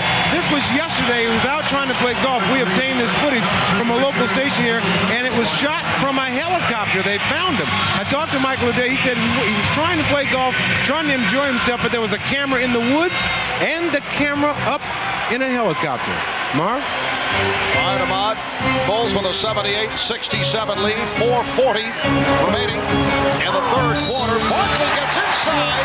The basket counts. And a blocking foul. Scott Williams called for his 4th. Get Charles down low, close to the basket. Good things are going to happen because of his strength and power. And in fact, going back to what Ahmad had just mentioned, when Michael was playing golf yesterday, the reports came out that he was playing with Charles Barkley, when in fact, it was Quinn Buckner that was out there. So that means Quinn must look a lot like Charles from the helicopter at least. Oh, he picked up some weight, didn't he? Quinn did. 4.5 remaining. Third quarter, and the Bulls lead 78-70. So Phoenix able to put an end to that 10-0 run by Chicago. Williams fouled by Barkley. For Barkley, his second. Similar situation to game one when Chicago led 71-68. Phoenix had made its run, and then Chicago was able to pull away. And here, Chicago had a 70-67 lead. Phoenix had come within 3, and then the Bulls go to that 10-0 run. Because they understand the mentality of what goes on. Great teams will make runs at it. It's not going to lay down and let you beat them by 25 or 30 points. They have the ability to concentrate that much harder, execute that much better when the pressure is on, when Phoenix makes the run and cuts it down to a 3-point game. And how about Scott Williams in his third year out of North Carolina? The script has been the same right throughout. He has come up very strong come playoff time. Did it against the Lakers 3 years ago.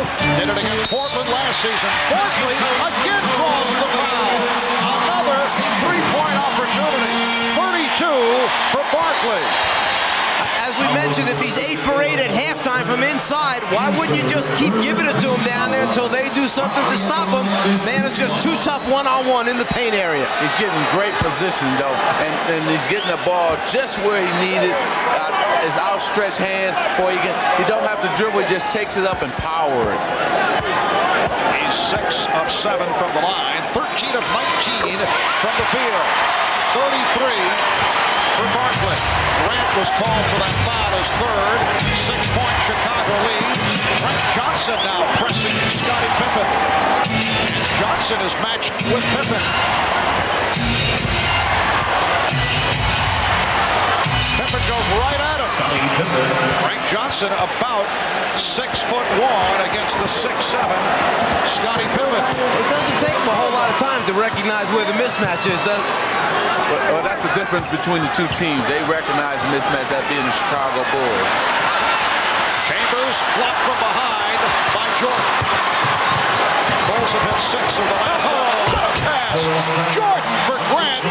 The Bulls by 10. The big man running the floor, finds the painted area, and just waits for Michael Jordan to deliver it. Michael with eyes all over the place, sees the entire floor. We're approaching 3 minutes left in the third. Marley for 3, yes. Well, Dan Marley hit only one of his first 5. And he's hit his last 2 from 3-point range. 10 points for Marley, who was scoreless at halftime. Bulls by 7. Jordan to the reverse and slapped home. Will it count? No. It is called offensive interference.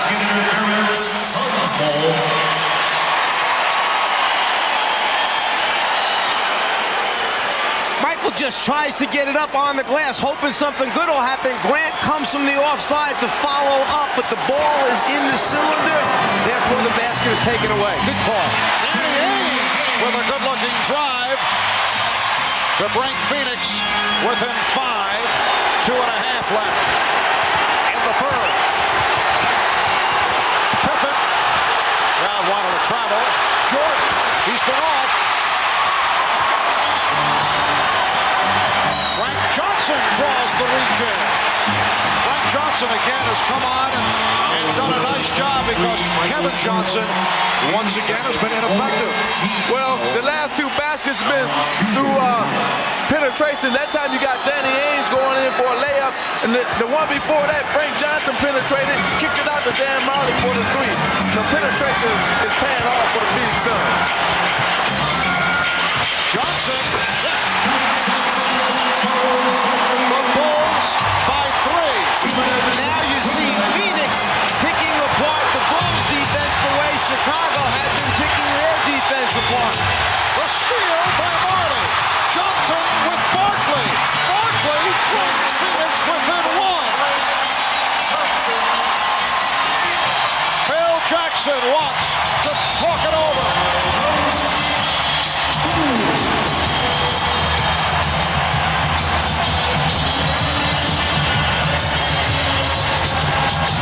The Suns with 9 unanswered points.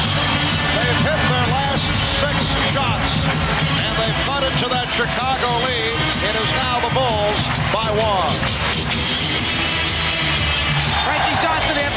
jump shot off the inside-outside play and runs it. He knows they got the crowd back into the basketball game.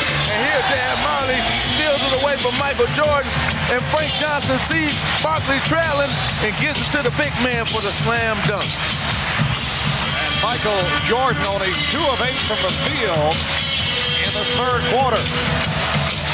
A reminder, we'll be with you on Sunday night from Chicago Stadium for Game 3 of this best of 7. Broadcast time at 7 p.m. in the East. That'll be 4 p.m. Pacific. Game 3 in Chicago on Sunday. Game 4 next Wednesday at Chicago.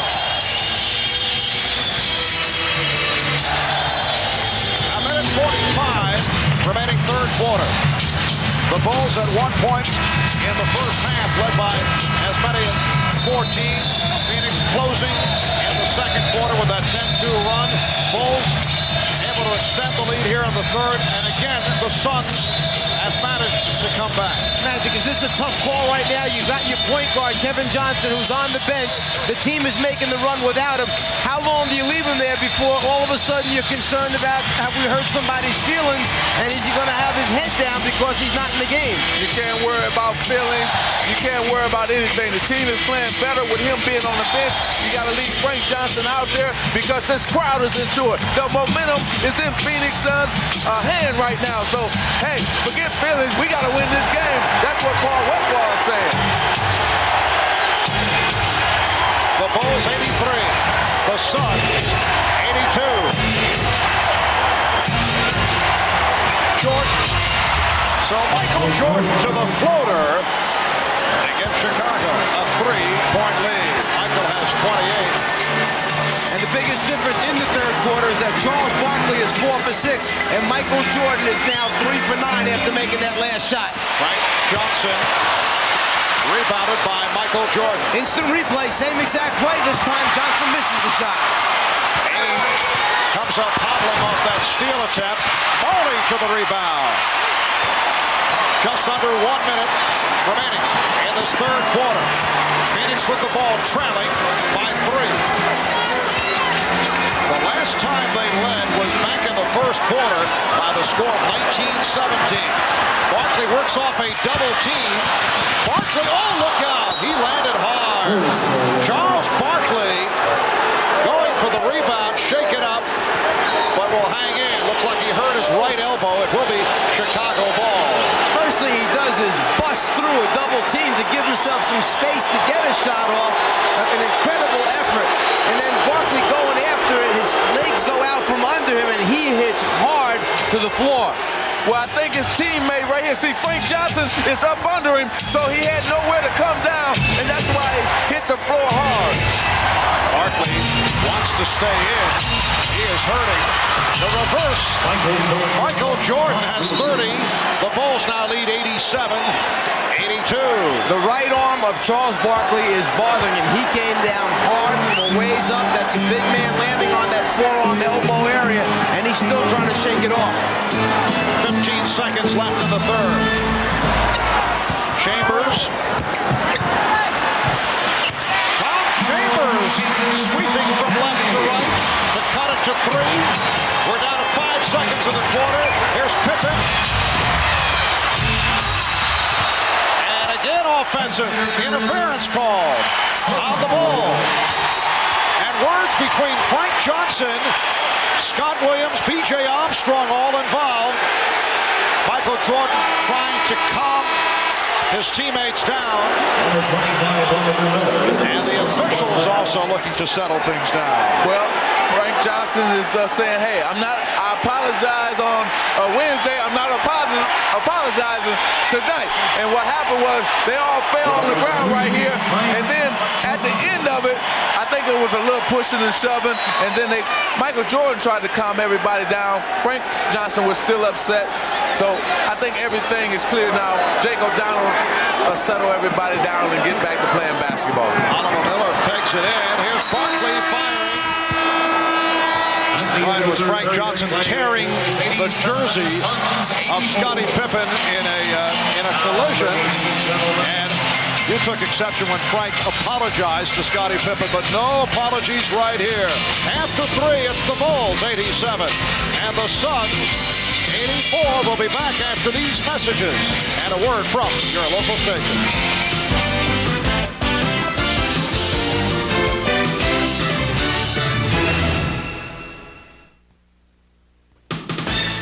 This copyrighted telecast of the National Basketball Association may not be retransmitted, reproduced, or rebroadcast without the express written consent of the NBA.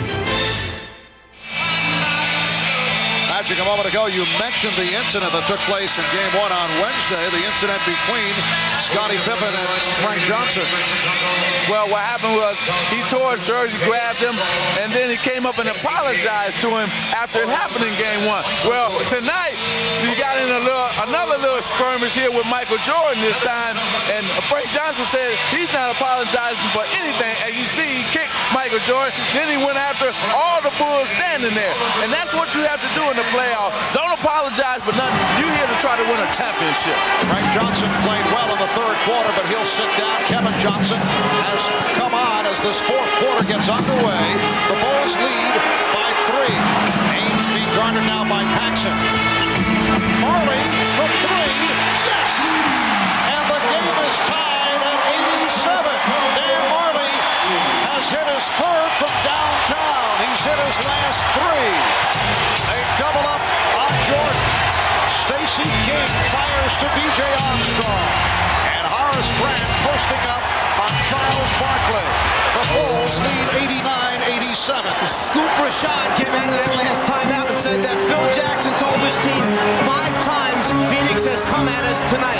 They're going to come at us one more time. We've got to hold them off and make a push.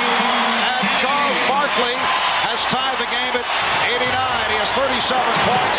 Obviously bothered by that right elbow. He landed on it late in the third quarter, but Charles is hanging in. Here's Jordan. Miller with the rebound. At one point of the first half, Chicago led by as many as 14. Barkley all the way. Phoenix with the lead for the first time since the first quarter. Suns 91, the Bulls 89. B.J. Armstrong dumps it off. Horace Grant rejected, but hits on the recovery, and the game is tied at 91. Sometimes as a player and a superstar, you got to take the team and put them on their back, much like Charles Barkley is doing right now for the Phoenix Suns. Illegal defense called for the first time. For more on Charles Barkley, let's go over to Hannah Storm at the Phoenix bench. Well, Marv, you're correct in saying that Charles Barkley did injure that right elbow when he fell to the floor just a few moments ago. During the timeout, he was treated by trainer Joe Prosky. They iced the elbow, they put cold spray on it, and they will continue to ice it during the timeouts. But Charles determined to stay in and win this game, Marv. Thank you, Hannah. Game tied at 91, 2 minutes gone by in the fourth.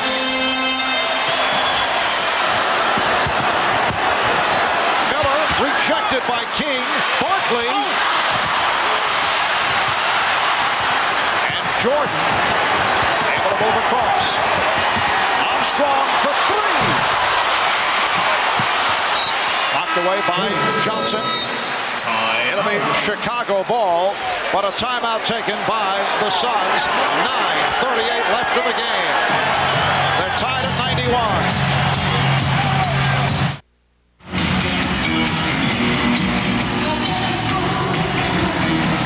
Nice move by the Gorilla here at the America West Arena. A new era began for the Phoenix Suns back in early November when this arena opened. Capacity 19,023. Michael Jordan getting a rest. It will be brief. Sitting down with 30 points. Charles Barkley leading the Suns with 39. The Suns and the Bulls tied at 91. 9.5 remaining in the fourth quarter.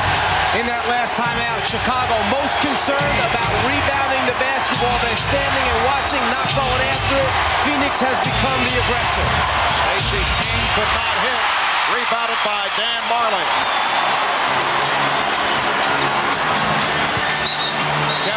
Johnson, he was hit before the shot attempt. Chicago Bulls going with a front line of King, Grant, and Pippen. Bill Cartwright has not played at all in the second half. Bill Cartwright, 13 minutes, 1 for 3 from the field in the first half after a solid first game. Phil Jackson likes the matchup. Stacey King against the quicker Oliver Miller. Barkley off the dribble. Because of the size of Horace Grant, he could not get a real good, clean look as he tried to shoot that one on the move. Armstrong sets up Paxson. Pippen checking the 24. 5 remaining. Paxson. John Paxson line drives it home for his first field goal. See, that's what the Chicago Bulls are going to have to do. They got to go through Scottie Pippen to try to penetrate, make something happen either for himself or for a teammate, just like he just did there. Bulls by 2. Shot clock at 6. Ainge comes back to Ainge. Yes. Danny Ainge has tied the game at 93. Ainge with 10 points. Paxson for 3. John Paxson, a notorious street shooter, given the room, and he took advantage. And he's not running real well. That leg is bothering him. It bothered him when he came out earlier in the game, and you could see him struggling as he tried to get back, but it didn't affect his shot. Strong move to the hook by Miller. Bulls by 1. 7:35 remaining. Fourth quarter. Chicago trying to make it 2-0 in his best of 7. Marley breaking up the pass, while Phoenix hoping to tie this series at 1. Floating to that familiar spot opposite the foul line area. Paxson's made so many big baskets during his career, and there's the guy that replaced him as a starter, BJ, passing over to Paxson in the corner for the jumper. Scott Williams is back replacing Horace Grant. Paxson. Shot clock at 4. Miller with the block. Miller behind the back. Miller try to go all the way. Ainge to the fadeaway. Miller gets it out. Marley passed on the 3. Marley to the basket.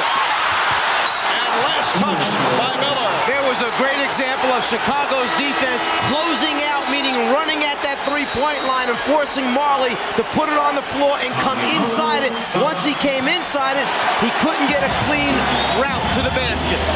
Timeout is called with 6:59 remaining in the game. Miller Genuine Draft presents Genuine Moments. And this Miller moment takes us back to the 1981 finals. It was Larry Bird in only his second season leading the way as the Boston Celtics defeated the Houston Rockets in 6 games for Bird, his first NBA championship. And at the time, 14th overall for the storied Celtic franchise. In recognition of this moment, Miller Genuine Draft will donate $1,000 to the Thurgood Marshall Scholarship Fund. It is Chicago ball as we resume. They lead 96-95, just under 7 minutes remaining of the game. Michael Jordan has returned.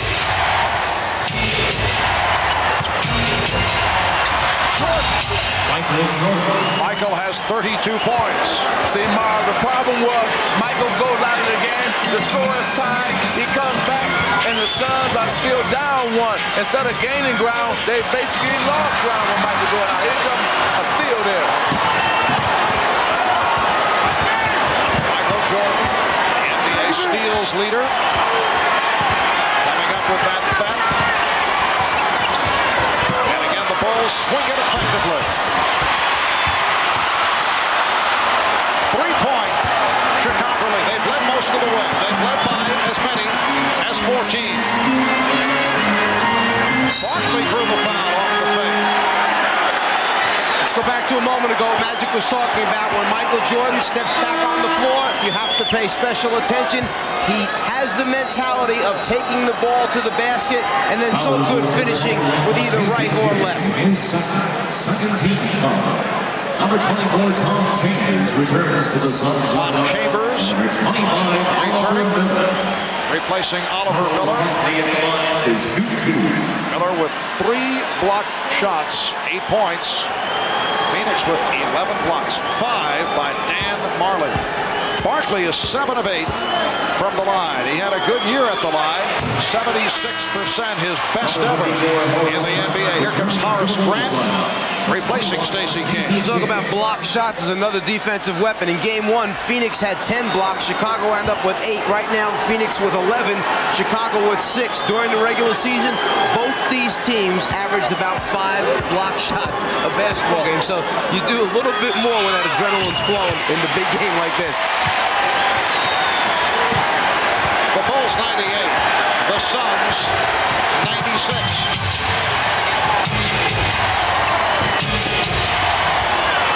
Michael Jordan, he's getting good looks. Oh yeah, see, Phil Jackson knew that was the right time to rest Michael. Now bring him back with 6 minutes to go and have him take over the game. Johnson and Williams rebound. The Bulls with the ball and a 4-point lead.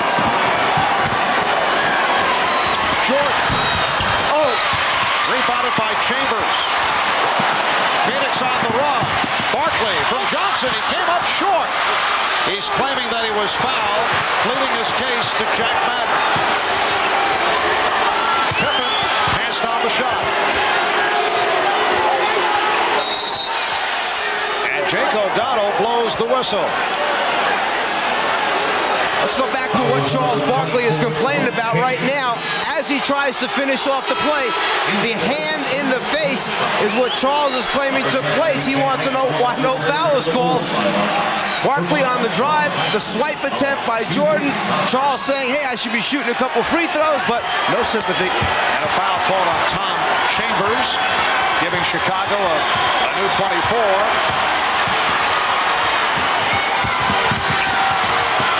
Armstrong can't find the shot, picked up on the switch by Barkley. Shot clock at 6. And a violation is called on Pippen.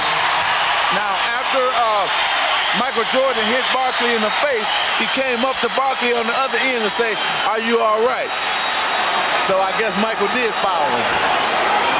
Scottie Pippen with his 6th turnover. The Suns have gone cold. They've hit only 2 of their last 11 shots. 4:40 remaining in the game. Chicago leads by 4.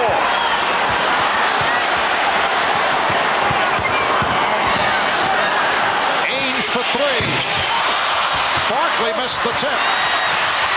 And Armstrong gets to it. You see gang rebounding by Chicago. Everybody tries to help out. And Jordan able to finish it off. And the foul. Beautiful fast break executed. The foul was called on Kevin Johnson. Now the key to this fast break is B.J. Armstrong, because watch him look on the man who was guarding Michael Jordan, and he looked him off and then came right back to him. Beautiful move by B.J. to set up Michael Jordan. And the difference in this game right now is going to come down to half-court execution, and we know already who is the better half-court team, which is the Chicago Bulls. So Phoenix is going to have to execute here in that half-court if they're going to win this game. And Frank Johnson has come on for Kevin Johnson. Frank Johnson played well earlier. Kevin Johnson again has been ineffective. Frank Johnson, though, called for the travel.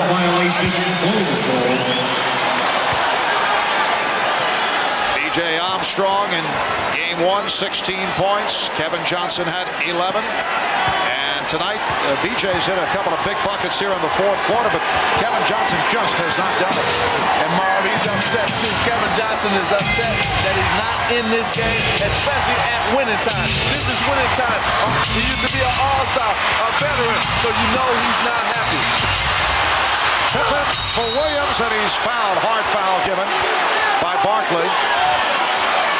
Yes, you have the idea that Paul Westphal wanted to pull Kevin Johnson, use the excuse of the 4th foul to get him out of there, but as you say, Kevin is not happy about it.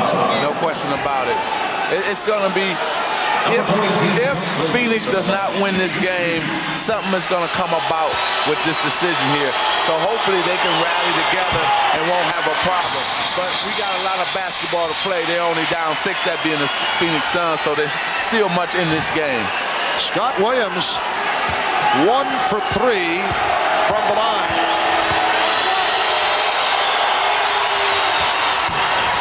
And the Bulls having the difficulties at the line, but a key rebound by Horace Grant.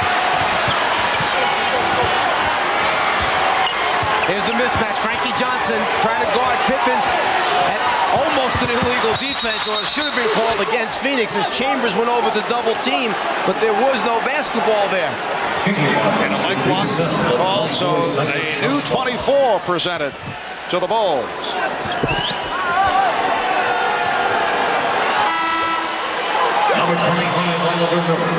Oliver Miller returns, and Charles Barkley will sit down. I would think this will be a brief rest. Barkley departing with 40 points, 13 rebounds. Bulls with the ball and a 6-point lead. Ainge now guarding Pippen. Here's Grant. Last touch by Chicago. Phoenix requesting a 20-second timeout with 3:14 remaining in this 4th quarter. And the Bulls up 102-96. A reminder tonight, following your late local news, don't miss the Tonight Show with Jay Leno as singer Johnny Mathis joins Jay, and then late night with David Letterman, his guest lineup including Billy Crystal, followed by a full slate of videos on Friday Night Videos. All tonight right here on NBC. And on the West Coast, NBA Stories, hosted by Bob Costas, following the Bulls and the Suns. Charles Barkley back on the floor. This series may be coming down to these moments. Chicago trying to go 2-0 with the scene shifting back to Chicago for Game 3 on Sunday. And the Suns trying to tie it and one apiece. Suns have missed their last 6 shots. Chambers. And it will be Phoenix ball, and Tom Chambers upset. He wanted a goaltend. It wasn't even close. What happened was Scott Williams saw that he couldn't get the rebound, so he just knocked it out of bounds. Here it is right here. See, he's just going to knock it out of bounds after it came off the rim. Timeout is being taken with 2 minutes and 57 seconds remaining of the game. The NBA on NBC is brought to you by Mazda. Mazda, it just feels right. By Schick Tracer, it traces every curve on your face. And by cold-filtered Miller Genuine Draft. Get out of the old, get into the cold.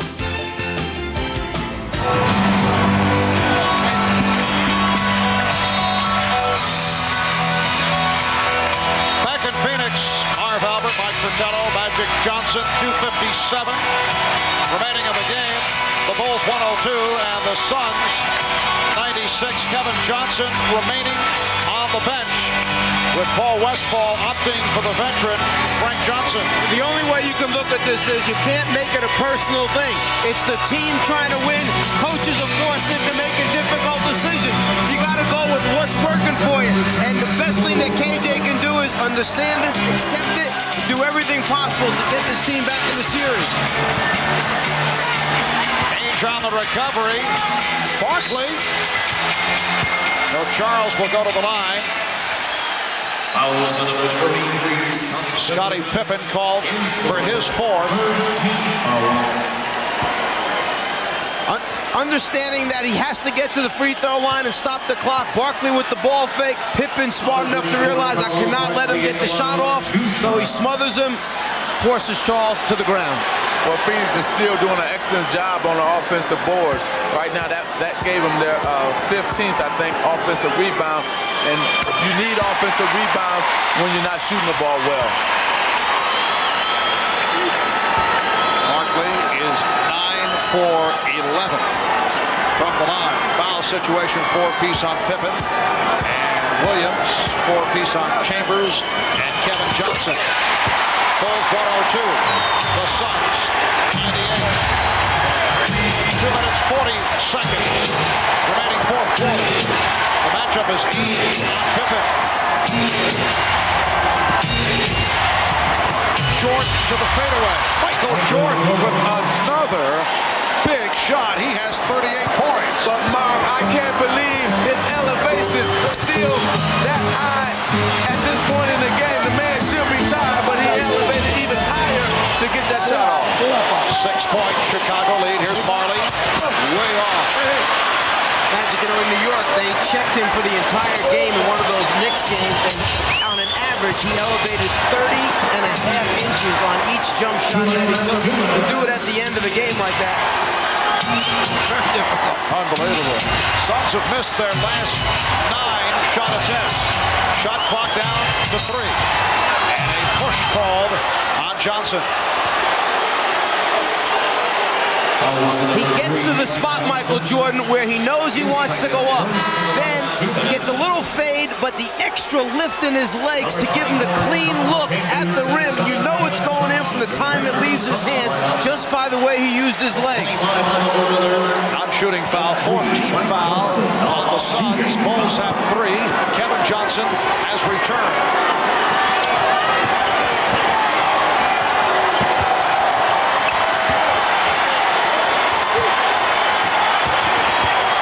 The series of fakes, Michael Jordan makes it 40 points, and the Bulls with a 106-98 lead.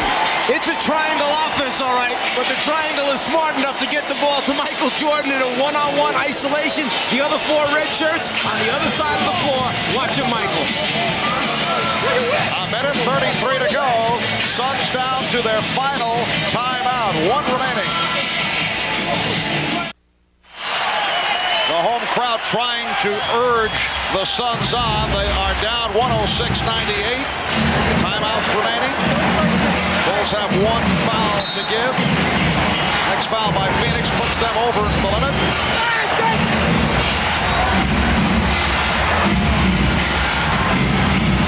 Ainge for 3. Yes. Bulls 106. The Suns 101. That was a tough 3 because he almost lost control of the basketball as he received the pass. Still was able to secure it and get a shot off on a good look. Bulls looking to use the clock. 7 on the 24. Jordan. Chambers with the rebound. Michaels had a hot hand. In the fourth quarter, he'd hit 5 of 7 for that miss. Ainge around Pippen. What a move by Danny Ainge.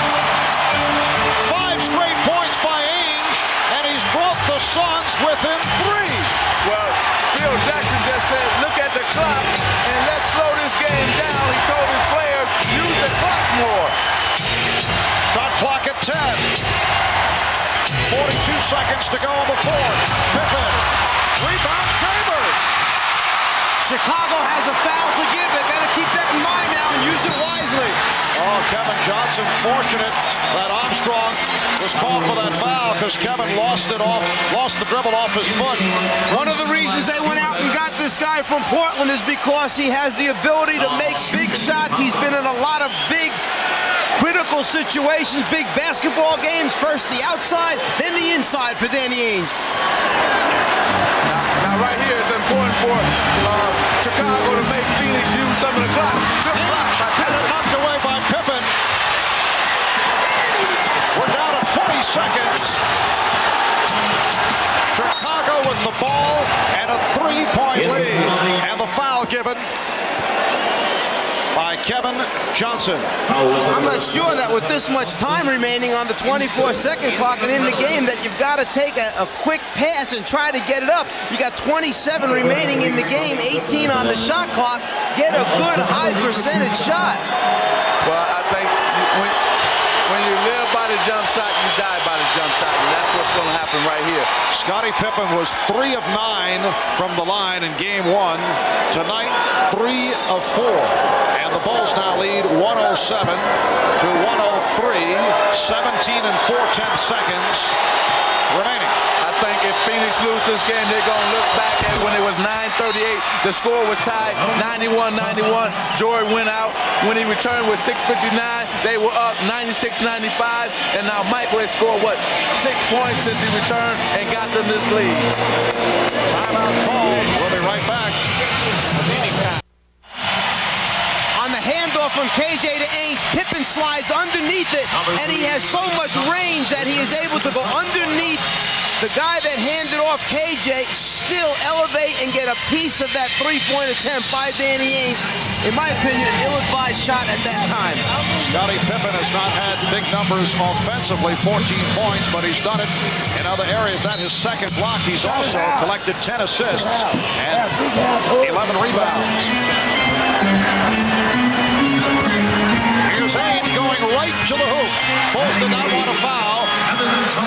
108, 105, down to 10 seconds, and the foul is given. With 9 and 8/10 seconds remaining in the game, Michael Jordan will head to the line. Frank Johnson called for that foul. Jordan is 2 of 3 from the line, an 84% free throw shooter. And in the playoffs, an 85% free throw shooter. So very consistent from regular season throughout the playoffs. Michael Jordan on the line, 1 plus the penalty for 2 shots. 9 and 8/10 seconds to go. And the Bulls with a 109-105 lead. 42, Scott Williams. And to make matters worse for Phoenix, looking ahead, the Bulls have won 8 straight playoff games in Chicago. Game 3 in Chicago Sunday night will be on hand starting 7 p.m. Eastern Time. The Suns must play better team defense if they're going to win a game in Chicago. It's a 5-point Chicago lead. Marley looking for the 3. Marley fires.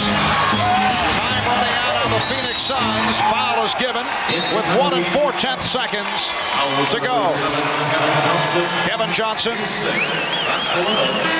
picks up the foul. The Phoenix Suns are about to become the first team in the history of the NBA Finals to lose games 1 and 2 at home. But Mark, with this road victory, think about this. In the finals, Chicago will be 7-1 in road games. That's incredible. Well, I know about that. They beat us 3 times in the Forum when we played them in the championship. This team is focused. The Chicago Bulls want to make history 3 in a row. And they're focused, and they're doing it with aggressive defense and execution on offense. So the Bulls make it 2-0. That will count. It's a 3-pointer. The basket counts. So the final score, as Danny Ainge converts again from downtown, the Bulls 111, the Suns 108. Charles Barkley 42 points, 13 rebounds. Michael Jordan 42 points, 12 rebounds, and 9 assists, just shy of a triple-double. And Michael is alongside Ahmad Rashad. Here's Ahmad. All right, thanks, Marv. Michael, you guys, just like defending champions, when the pressure was on you, you still were able to maintain your poise and still execute. Well, our experience once again paid off for us down the stretch. I mean, you're talking about a team who's been in this situation before, and they made a great push at us down the stretch, and we just went through our basic offense and executed down the stretch. Now, consciously, did you come in to take over the game just in the last part of the fourth quarter? When the score was tied 91 apiece, you come in, you guys shut the door on them. Well, I've been in this position before, and my team puts a lot of confidence in me. I got that extra rest in the fourth quarter so that I could come out and make an effort on the offensive end, and I think it was a good team effort from everybody, rebounding-wise and defensively. All right, congratulations to you. Good luck to you in the next game. Thanks. All right, back to you, Marv. All right, Ahmad, look at the scoring rundown. The key men, Jordan with his 42 along with 12 rebounds, 9 assists. A triple-double for Scottie Pippen, 16 points, 12 assists, 12 rebounds, 24 points for Horace Grant on 10 of 13 shooting. Charles Barkley led the Suns with 42 along with 13 rebounds. Danny Ainge at 19. Final score once again, the Bulls 111, the Suns 108. It's a 2-0 lead in the best of 7 for Chicago. Join us Sunday night in the Windy City, 7 p.m. Eastern Time. That'll be Game 3 of the NBA Final Series. That's Sunday night, starting at 7 in the East. Tonight, following your late